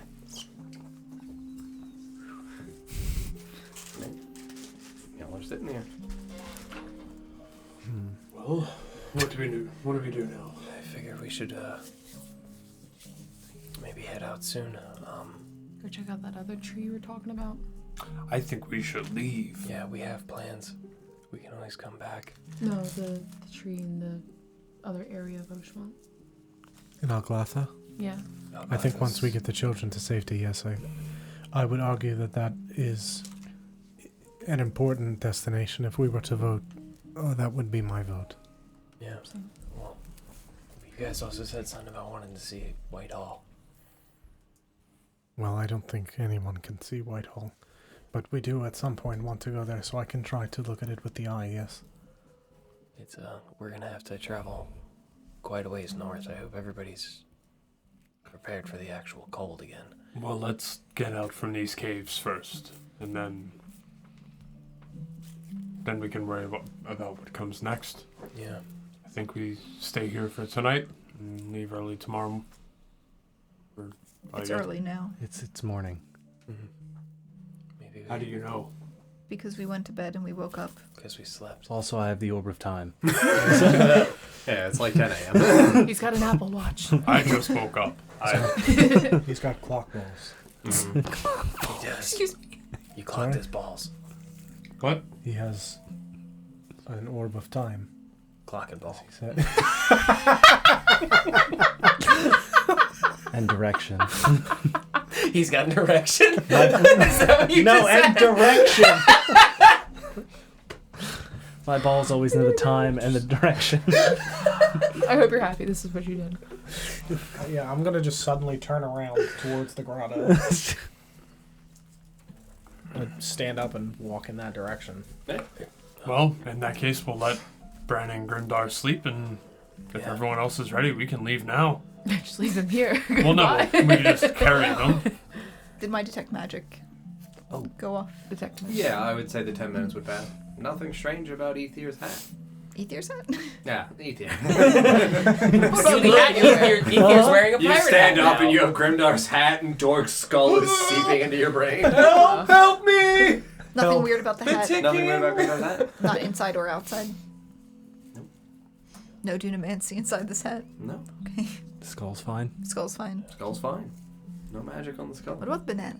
Gotta make sure everybody's No armed and magic ready to on the go. banana. Okay. Anything else I should be worried about as I peep around? Anxiety. Define worry. Anxiety be like, anything else I should be worried about? Well, Aren't you worried? so 3 people just came back from the dead. Yep. Sure did. A whole spooky tree thing happened. Mm-hmm. I'm old now. Nesgrim's young. I have a lot of concerns. You should. Yep. So I'm just gonna look at all of the people who have been resurrected. I'll look at the scale if Aethier's still holding it. I would be, but I am actively walking away. Yeah, he'd be walking away. So I would describe to you that you would, initially look at, I would think Nesgrim, Riorda, and, Corin, just because 3 people were brought back from the dead in a matter of like a fucking day is kind of absurd. Like 10 minutes. Yeah, exactly. None of them have any strange magical aura to them. The thing that I would be able to describe to you would be a faint, fading glow of necromancy as the spells that clearly brought them back from the dead are beginning to wane and fade, and they are becoming more solidified as their own person. Nothing strange about any of the other people around you. Nothing, again, strange about the hat. You would look over into the distance as Aethier's maybe, 10 feet away as he's getting up and beginning to walk. It's right at the edge of your detect magic. You would see that the scale, which I don't think you would still be holding, right? I probably would have held it. Still just holding on to it, just absently? Sure, okay. You would see that there's no magic whatsoever in the scale. Same thing, other people in the area, there's no new changes or anything like that in terms of the projection of their own magical aura. There's no, crazy new items or anything like that. You'd probably be getting enchantment from the Wonder Twins, but... Oh. Yeah, because of sleep. Sure. Yeah, if I noticed you looking around... it would have been 10 minutes of me sitting there chanting. Yeah, casting. Right. But because it lasts for 10 minutes as well, right? Yep. Mm-hmm. Yeah, once I noticed you looking around, I would go into my pouch, my curse pouch, and pull out the dagger that is now coated in obsidian. You detect anything from this? Until you no longer see any magical aura around the dagger, as though the obsidian contains it. I don't see anything. Perfect. I'll put it back. That's good. See anything concerning? It's weird that scale that Aethier's holding is nothing coming from it. I would say that you would be saying that as Aether is continuing to walk away. Again, his shack is 100 or so feet from the grotto, so for you it would only be a 15-second swift walk over. Yep. As you get closer and start to, again, it is a little bit of a winding curve for you to see the actual decline down to the shore and then the full expanse of the grotto. As you wrap around and look, you would see in the distance, 30 to 40 feet in the water again, you would just see faint little splashing and bubbles and stuff kind of rising to the surface and the water rippling in a small concentrated area. I walk to the water's edge and look at it. Yeah, you kind of lean down and... Elongated peek. Yeah. What the fuck's going on under there? I will tell you that as you do that, you go to lean down, and as you're leaning down out of the water's surface... outside of the water's surface, you would just see, at first, the bubbles kind of grow more rapid and then suddenly stop. The water surface would break, and you would just see the little top hat. Even smaller. Yeah. I'm talking pinpoint small. And just... Do I also see this? He's the only one who's coming over to the grotto. You would just see... done. Yay big. Like thimble. Thimble size. Help! Help! Yeah, I would... Go again. Yeah, I would immediately get into the water. Somebody. I'm small now. I would get into the water. Yeah, no, you would rush over in the water and you would see his little turtley fucking legs just flapping against the water as he's trying to doggy paddle, struggling to keep himself afloat. Scoop under him. Yeah, you would scoop under, all the water would drain through your fingers and he would just kind of Like I a little... know he's not a sea turtle, but I can only picture Squirt from Finding Nemo. Yep. That is what he would Just look a like. really, now. just a real big head for the Yes. body. But genuinely, that is what he would look like now. My Just neck bone. this sweet little, like, prismatic colored sea turtle. Oh, he's prismatic. Yes, he's prismatic again. Born anew. Yeah, no, the water would all just kind of like seep through your fingertips. He would kind of like rock back and forth as he rides the water in your palms as it leaves. Whoa. And then rests ever so gently against your singular palm. So like again, he's fucking like your palm in size, and he's just looking up at you with his little fucking flippery feet out to the side. Yeah, that. Little top hat. He's got the tiniest little driftwood. Are you insinuating the hat grows? Yeah. He's got the tiniest little driftwood stick, like, attached to one of the flippers.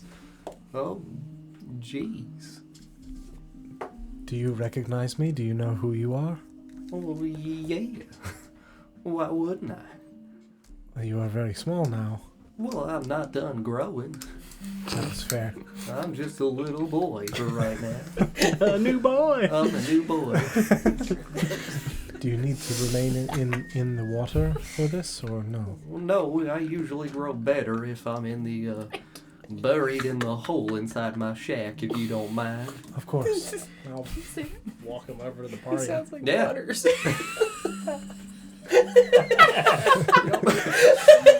So you walk out of the water and ascend the shore. And you guys would see Ether just walking like this I just scream. back towards everybody. You would just see him like, again, slightly sloshing in his hands. There's no water for you, but like the underside of his belly is so soft and smooth that he just naturally glides around on your palm. What, you got another rock? Erebos is back. What? What? My friends. Like he said. Oh, he's little. Give me the boy. Give Yeah, me you the just see like one flipper just kind of up and waving. Yeah, I'm straight up taking off the gloves. Give me. Please. How's everybody doing? You're back. Look with your eyes. Not with your hands. You know, I love him so much. like I said, death is just the next step in the cycle of life. I To didn't- death to rebirth. Didn't know it was such a quick one. Well, not usually for me. I gotta thank you for the magic that you brought to my grotto. I did this. Oh yeah, you brought me back real fast. Usually it takes decades for me to grow. Whatever you did was a beautiful demonstration of your understanding of the importance of nature and the balance of life. Your years of your life. Thank you very much. You're welcome. I didn't upset the balance of... Well, no, Nature? it looks to me, and not to be offensive to your visit, but it looks to me as though the balance was maintained and the price for my life paid with years of yours. Ritora, how do you feel? All things in nature strive to maintain equality and harmony, and I appreciate you. That's why I'm only a baby, though. How old is Rtle? Rita would look Or like he is in his 20s, late yeah. teens, maybe like 2021. So we've paid over 100 years. Hmm? So 25, 25, 25. You paid I lost 69. You paid 69. we're a little short. Thank you. You're welcome. He just gives like a little tiny turtle yawn. Just the hat just jostles on his head a little bit. His little flippers slosh around your palm. I'm still pretty tired though.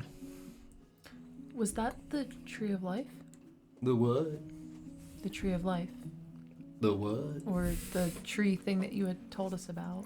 Oh, that's the one that grows out my back. Okay.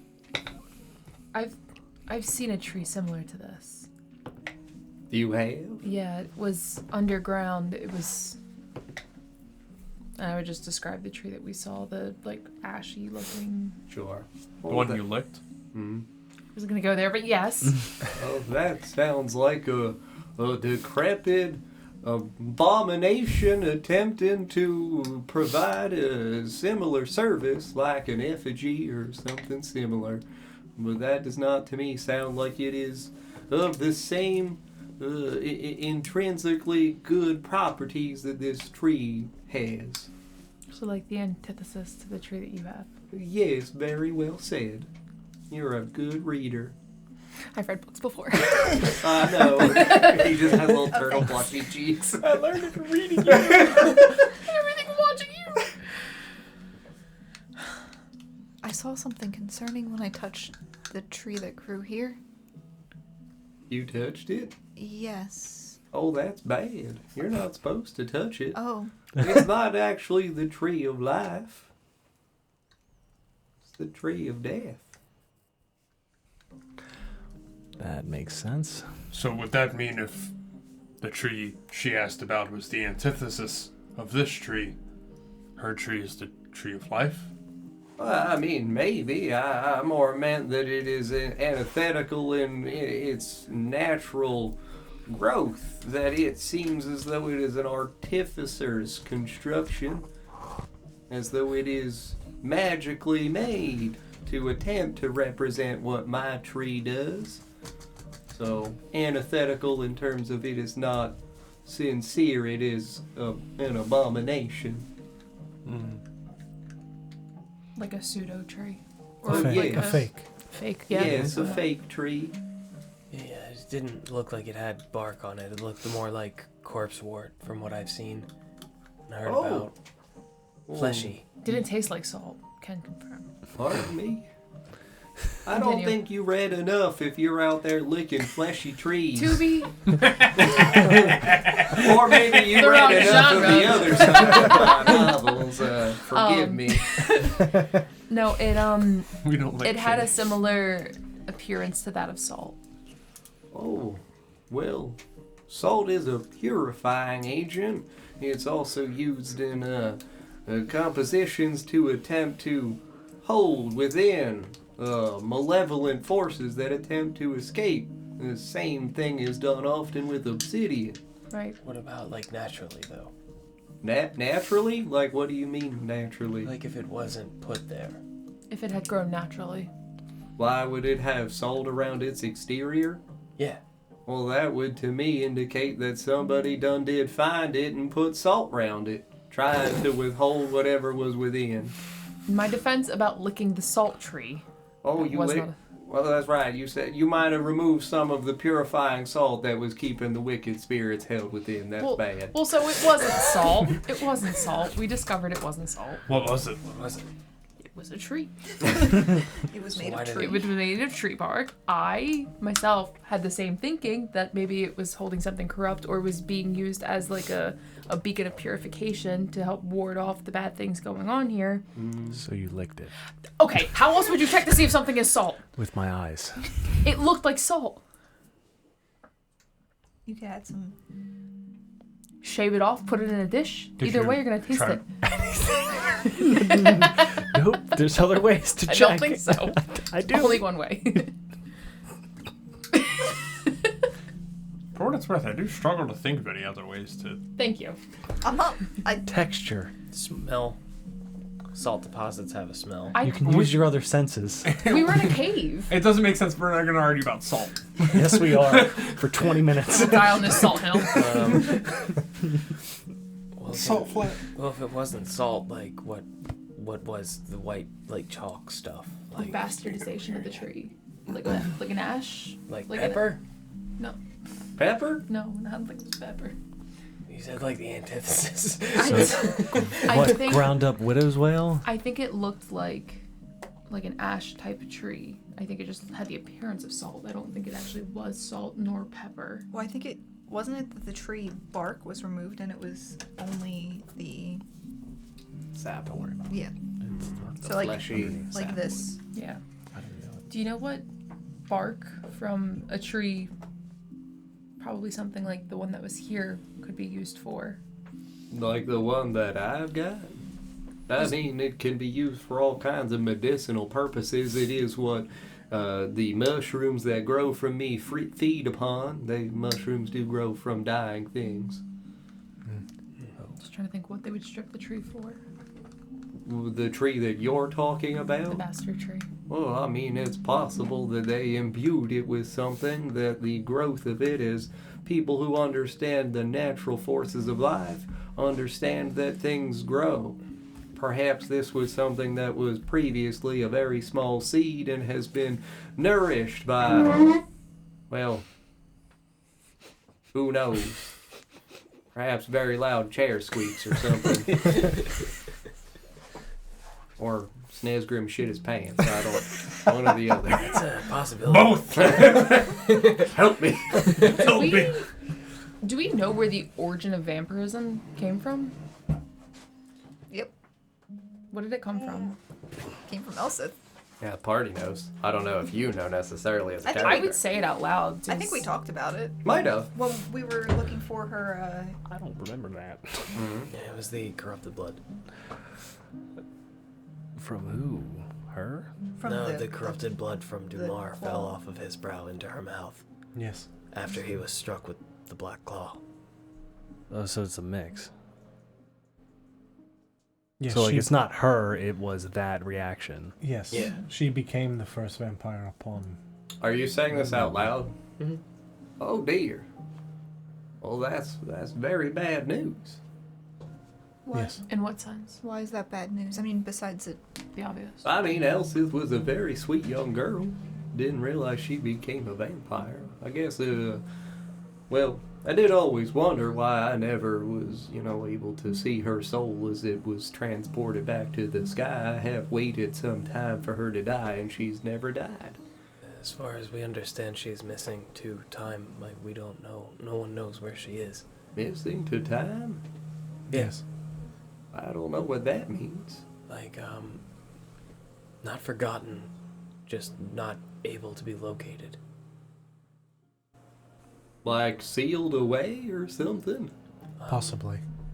I mean, I know that in Who this... heard her? I forget. Somebody tried to talk and we got a message back.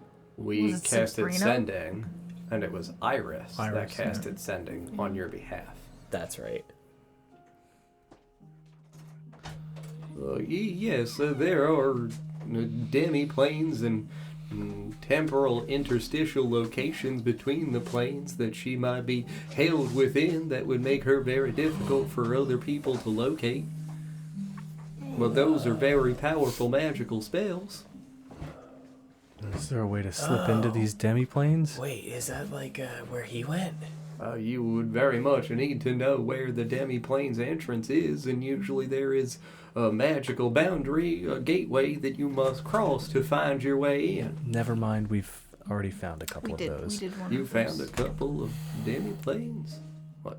I did. You found a demi-plane? He walked face first into two of them, as far as I know, too. You should really look where you're going. I was. The second one might have And been you a still full went plane. in? Well, I didn't know that it was a doorway. I was just carrying a torch, and next thing I know, somewhere else. So Okay. I'm trying to figure out where this train of thought is going, but so tree bark can be used for medicinal purposes, right? Yeah. Yes. And somebody is actively trying to find a cure for the rot or something that would grant them like immortality, essentially, right? Am I making that up? I'm Team Well, no, Myrtle. yeah. I I'm saying this to the party as well. I would also that would be inform me. you that the bark of trees and other plant life are not exclusively used for beneficial medicinal properties. Some of them can absolutely be used as contagions or paralytics. They have a variety of uses, and not all of them are necessarily positive influences on the world or the person. Medicinal, nonetheless, probably. Yes. We heard the voice of Adrian in that cave. What if whoever planted the tree, resurrected the tree, created the tree, took the bark from the tree in order to create something and it backfired? Creating, maybe not vampirism, obviously, because that was created by something else, but what if it... Didn't I'm we trying to- establish the tree was near Adrian's shop? Correct.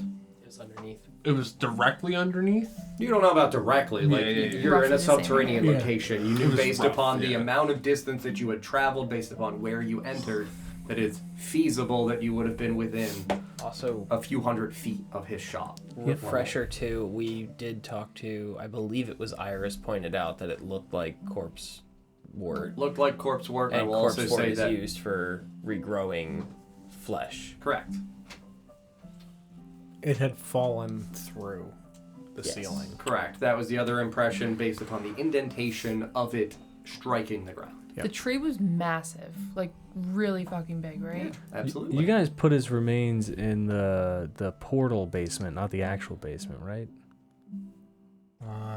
The two of them?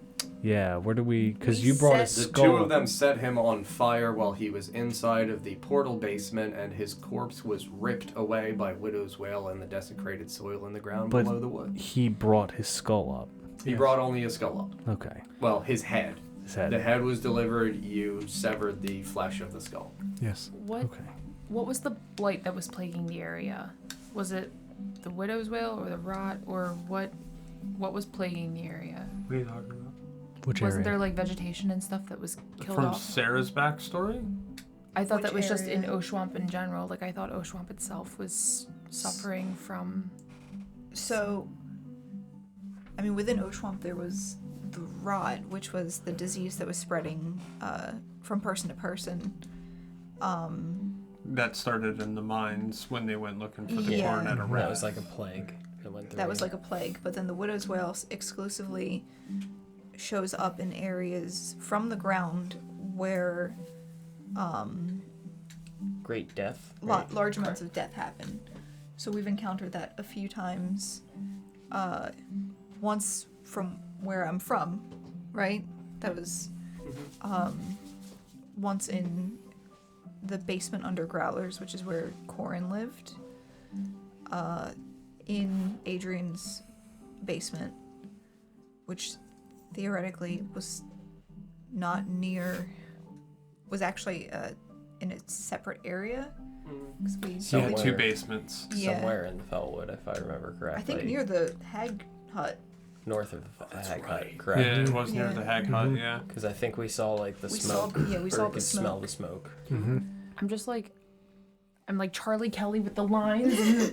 Oh yeah, no, it is here, and like I don't like saying the DM insert of like there is a lot that I perceive could be interpreted or inferred with a lot of the information that has been presented, especially most recently with Sarah's vision today. I can't help but feel like maybe the bark was harvested for a purpose and it backfired and did something else. Like whether it was a fertilizer that maybe wound up destroying the plants and vegetation instead of creating growth, or perhaps like something to that effect. I mean, Why do you assume it backfired? Yeah, because the mines happened hundreds of years ago, right? Because if that resurrects No. life, 25 years ago? that's a bastardization. Or no, it was What 18. aspect of the mines are The- you inquiring about? When the rock got brought back from the mines. 12 years ago. Yeah, 12 sorry. years, That was okay. when Arthur. Arthur and Died. William went in. Yes, that was when Arthur and William died. Seems like it's trying to mimic it. Right, but if something went wrong in the makeup because it's not what it is intended to do, I would imagine that, like, in the same way that it took life away from Ritora for however long, I would imagine that if they took the bark from that in hopes to use it for something because it is unstable, because it's not the correct makeup, it could have backfired. And this is me being conspiracy theorist. One like- thing that I, as the DM again, especially because it's been 3 years since the things with Adrian happened, that I will reiterate to the group aloud, is that when Adrian died, when you guys killed him, he assisted in severing his own throat, and then when his head fell back, the blood berries bloomed from within him, Right. and then the other herbs for your ritual bloomed through his navel. It's been years since that happened. Yeah. That is an identifiable feature that I feel is pertinent to the discussion. I So- don't disagree that the bark was probably used for something. We don't know past that. Right. I mean, we don't have enough to know if it was what their purpose was, what they intended it to do. But we at least know that it semi-mimics something, and we have somebody here who understands the proper tree better than... Yeah, it was meant to mimic this tree here, for sure, Right. yeah. So I'm trying to figure out... Maybe it's trying to bring back something specific. Well, yes, if I might interject, the tree of death and the tree of life, I suppose you could say, exists within a harmonious state. Again, nature strives for balance. If this thing was attempting to mirror the tree that I watch over, again, I am the authority on the necromantic school of magic.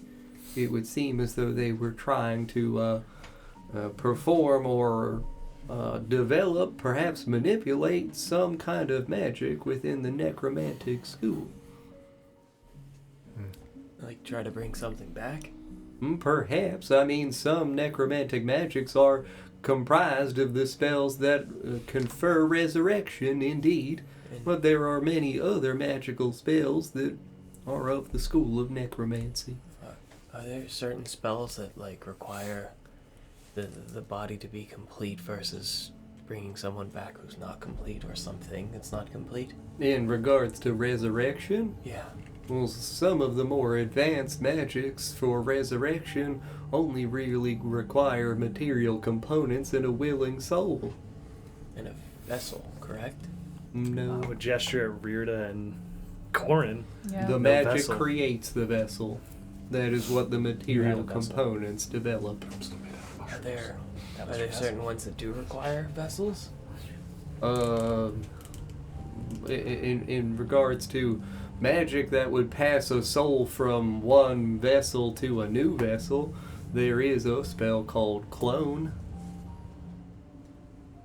that grows and creates a new body that requires a vessel to contain it for what it might grow within. And then when the creature dies, its soul finds that vessel that has been grown and transfers all of its capabilities into itself. Just point at him.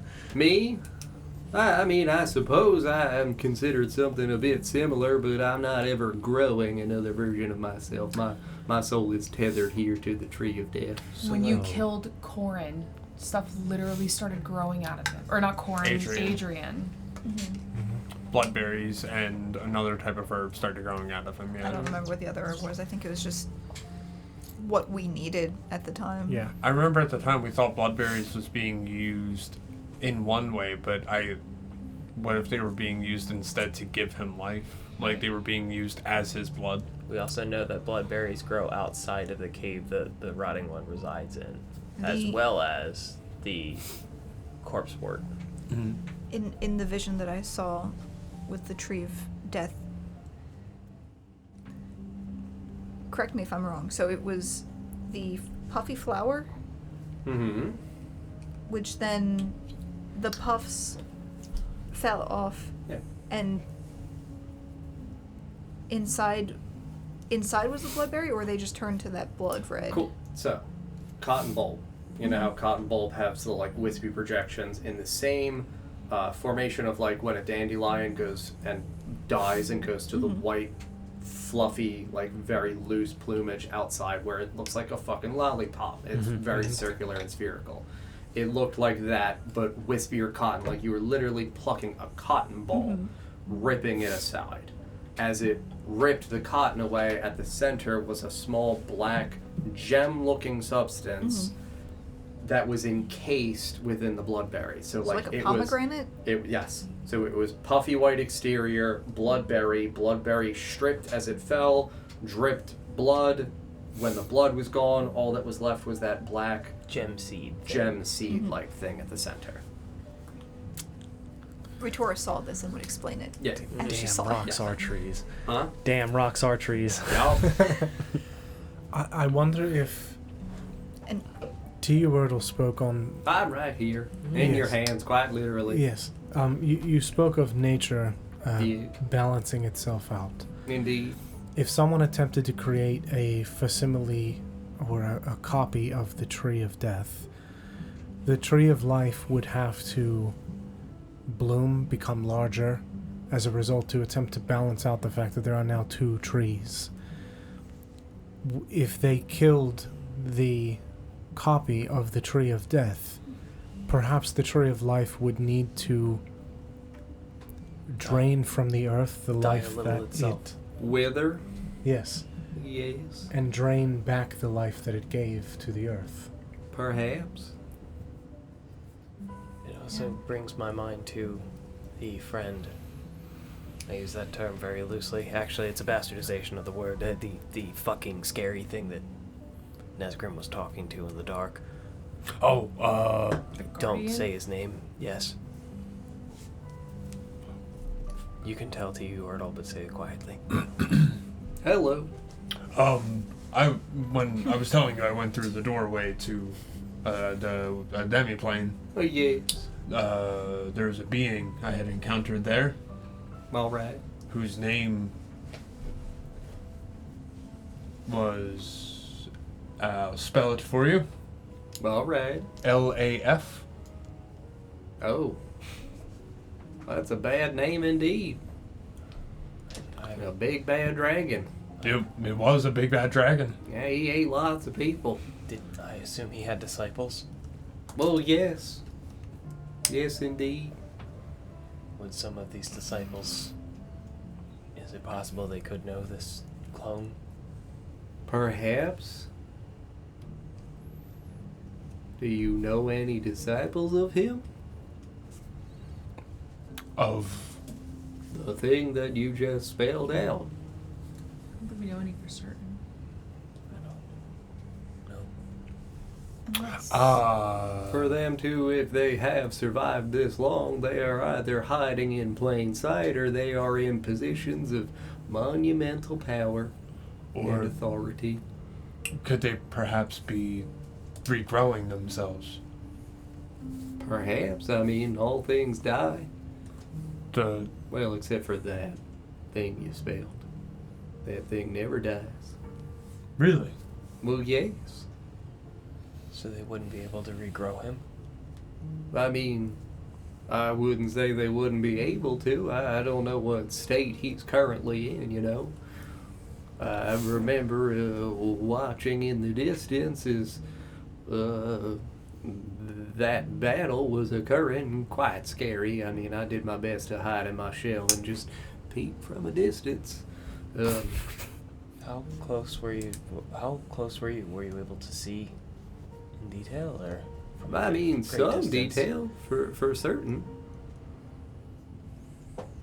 Forgive me, I'm confused as to what you're asking. Would you like me to tell you what I saw that day? Yes. Well, it was many thousands of years ago. My memory is pretty good. This is a bit awkward for me to be telling you in this form, but, you know, I was there when gods waged war with one another. It doesn't have the gravitas. I watched from With this afar. little tiny squeaky voice. Yep. I watched from afar as they ripped each other to shreds and tore the world asunder with their magnificent power. He's so fucking cute. Oh, thank you. We all just stopped listening. I do my best. But yes, forgive me. Back to my point. I do know that this war had been raging for quite some time before I was imbued within my state, as I were, as a turtle of the sea, with the divine authority granted to me by Fall to overlook the school of necromantic magics. He said that I was a very sweet and serene creature, and that I could be trusted with the forces of death, as I had a great reverence for it in my, well, old age as a turtle. But I do know that that dragon, Fall, the one who bestowed upon me my power, he was looking to leave. He didn't want to be here no more. He said that this place was becoming a cursed graveyard with a litany of dead things around, and it was not a suitable place for him to raise his kids. So he left. You know, he took his wife and his kids and he said goodbye. And I was like, wait a minute, you're God and stuff. Like, where are you going? And he was like, I gotta go over here. And I was like, well, I mean, like, what do we do with what's left? Like, we gotta stay here. We don't get to go with you. And he said, nah. which I thought was a little inconsiderate. I mean, I was doing my best to uphold my virtue as a newly ordained authority. Typical upper management. Yes, as kind-natured as I do believe Fall to be in his heart, he is not the purest of souls in the end. We are all, I think, susceptible to making mistakes in life, and don't judge me from wherever you are now, but I think you fucked up on this one, friend. So, he used whatever his magical breath thing is, and he tore asunder the world and ripped a hole in the space-time, and he done left, took his kids with him, made a new crystal sphere, and he went over there and raised his kids. Everyone getting this sphere. Again, I was just a turtle, so, I couldn't really make it. There was a big hole in the sky, and couldn't really get there in time. I'm not the fastest. Where did it go? Well, I don't know. It just went up. No, but it's not there anymore. Correct. I do believe that bridge closed when he went to the other side. The dragon that your friend named, the bad one, that one was consumed by an obsessive fervor to consume Fall himself, that he might restore to him his true authoritative power as the one and only God. A tidbit about that. It appeared as though he was eaten? The entire area we were in? He was the demiplane. Oh, that's bad. That means you witnessed the true form of his done-on soul. Oh. Yeah, you didn't see, just a place. You saw the immensity that is his spiritual existence. Is that helpful to know? I mean, maybe. I still have the location of it. We've been keeping a map. Of his soul? You know the location of his soul? Of where I entered the demiplane? Yes. The crossing point. Yeah. Oh, the gateway. Yes, That's probably a problem that you know where that is. It might call you back to, again, possess you, to give it opportunity to overtake your body and live once again in this plane. Would you like to know where it is? No, I don't want it to call me. I'm doing my absolute best to resist the temptation, the wickedness around me, but thank you. Are you hungry? I'm quite famished. I mean, at this point, I would really appreciate just a good leaf or two. Well, I'll pull out a ration that does not have a leaf. Oh, that's a shame. Is that cheese, though? I'm a big fan. I'll feed him cheese. That's good stuff. Cheese. Yeah, it is actually at that speed.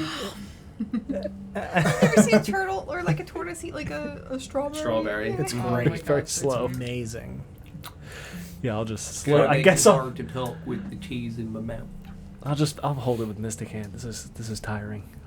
Can you imagine just eating cheese just like the size of your face? You said that you needed to be Definitely the size of him. Planted in your heart. No, yes, there's a large circular depression where I'll grow into if I am buried. All right.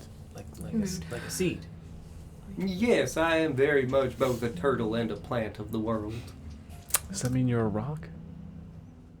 Kind of. He just taps his shell with his flipper hand. Seeds are not rocks. So rocks are plants, and turtles are seeds. Well, Seeds I are do not believe rocks. there is a common Turtles are phrase in plants. the alchemical world that all is one. We have heard that before. Oh, and I guess we're all descendants of Turtles. everything. Turtles came first. Everything is everything except walls are not floors. So when it comes down to it, all He the just way, starts giggling through these. all the way at the bottom is turtles. Turtles from bottom to top. Got it. Big old coward turtle. So you said Fall just left because he didn't like it anymore. Well, I mean, yeah, he had witnessed several of his other children split in half, cloven in two, the usual things that get done to the bodies of gods that they might prevent them from restoring themselves back to life. There are many wicked forces that attempt to eat the souls of other things, to assimilate their own nature and power into themselves. That's what that bad dragon do. He's quite known for that, and then spitting them back out in an abominated, twisted form of what they once were. What was How many of them were there? What, of his children? Yes, that happened to. I don't know. I didn't really talk to him too much myself. I know about this only because, well, found some bones, touched the bones, and attempted to guide those souls to the afterlife that they might find eternal rest. And I was definitively blocked by the presence of this bad dragon. Oh. Yes. What was done with their remains? Oh, I was incapable of moving them myself, so those bones are just out there wasting away, sadly. Are those the bones of the ancients? I mean, maybe. They're pretty ancient, so, I mean, they've been dead a long time. Were they big? Oh, yeah, they were quite big. I mean, false children were dragons. Incredibly large, unbreakable, out in the snow. Perhaps. I mean, again, his children were dragons, so... Yes. If you find them big dragon bones out there in the wild, then good chance it might be them. What happened to this bad dragon's body? Oh, I watched as Dumar bathed the dragon of shadow in some effervescent eternal white light, and it did pull his body down. Laugh was trying to, forgive me, I don't like to say his name, but he was trying to fall through that bridge. And there was a dwarf man who was like, no, don't do that. I'm sure his brother was with him. Oh, that guy was dead by then. He'd been ripped in half. That was real sad, like. He was a very sweet man. From where you were sitting, did you see anybody else? There were a girl, that Elsith child. She was very sweet, very warm and welcoming. Perhaps a fourth looking on? A fourth? No, just the two dwarf men, the girl, and, well, the tree. There was no one else around you?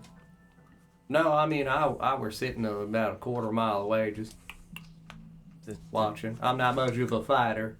We saw this up close when we saw the vision, right? Yeah. I think we had discussed the possibility that someone just scried on a particular location and time, not through a person's eyes. Was the tree that tree? What tree? You said you saw the three of them in a tree? Well, yes, they were done fighting at the base of the Tree of Life. Near Aglatha? Well, yes, they were looking southwesterly towards Whitehall. The place that I believe you had showed me before on your map called the Killing Fields. The tree is there, but in one of these interstitial demi-planes for safekeeping. This is also where you said that the rain falls for the cleansing used to be like a ritual thing that people did? Well, yes, they would attempt to cleanse the world tree of any bad, corruptive, blighted earth that might have contacted it. The Tree of Life does also attempt to remove the impurities of the world around it, to cleanse it. Like a what's it called? A filter?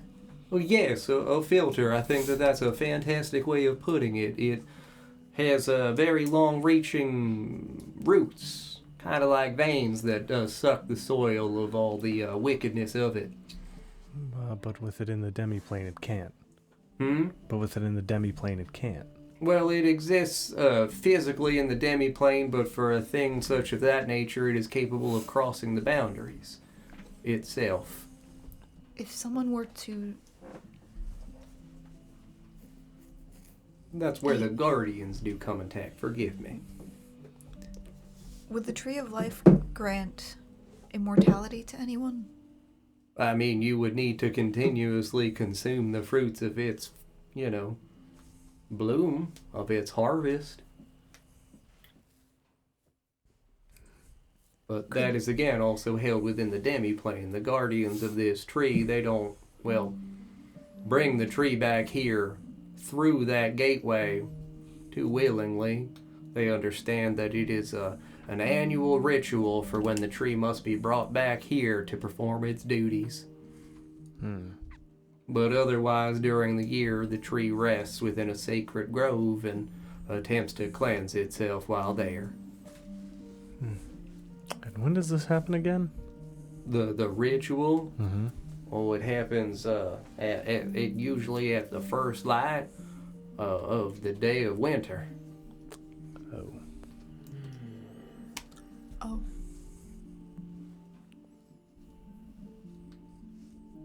When the sky gets dark. Sky gets dark. Over Oshuamp. Oh, I don't know about that. I live underground. It's always dark down here. You said on the first light. If this balances anything of what we've seen, maybe that's the antithesis of it. Yes, it's a morning ritual. Again, when sun rises on the first day of Dumar, they called it the Istfer Feast. We're gonna stop there. Ooh.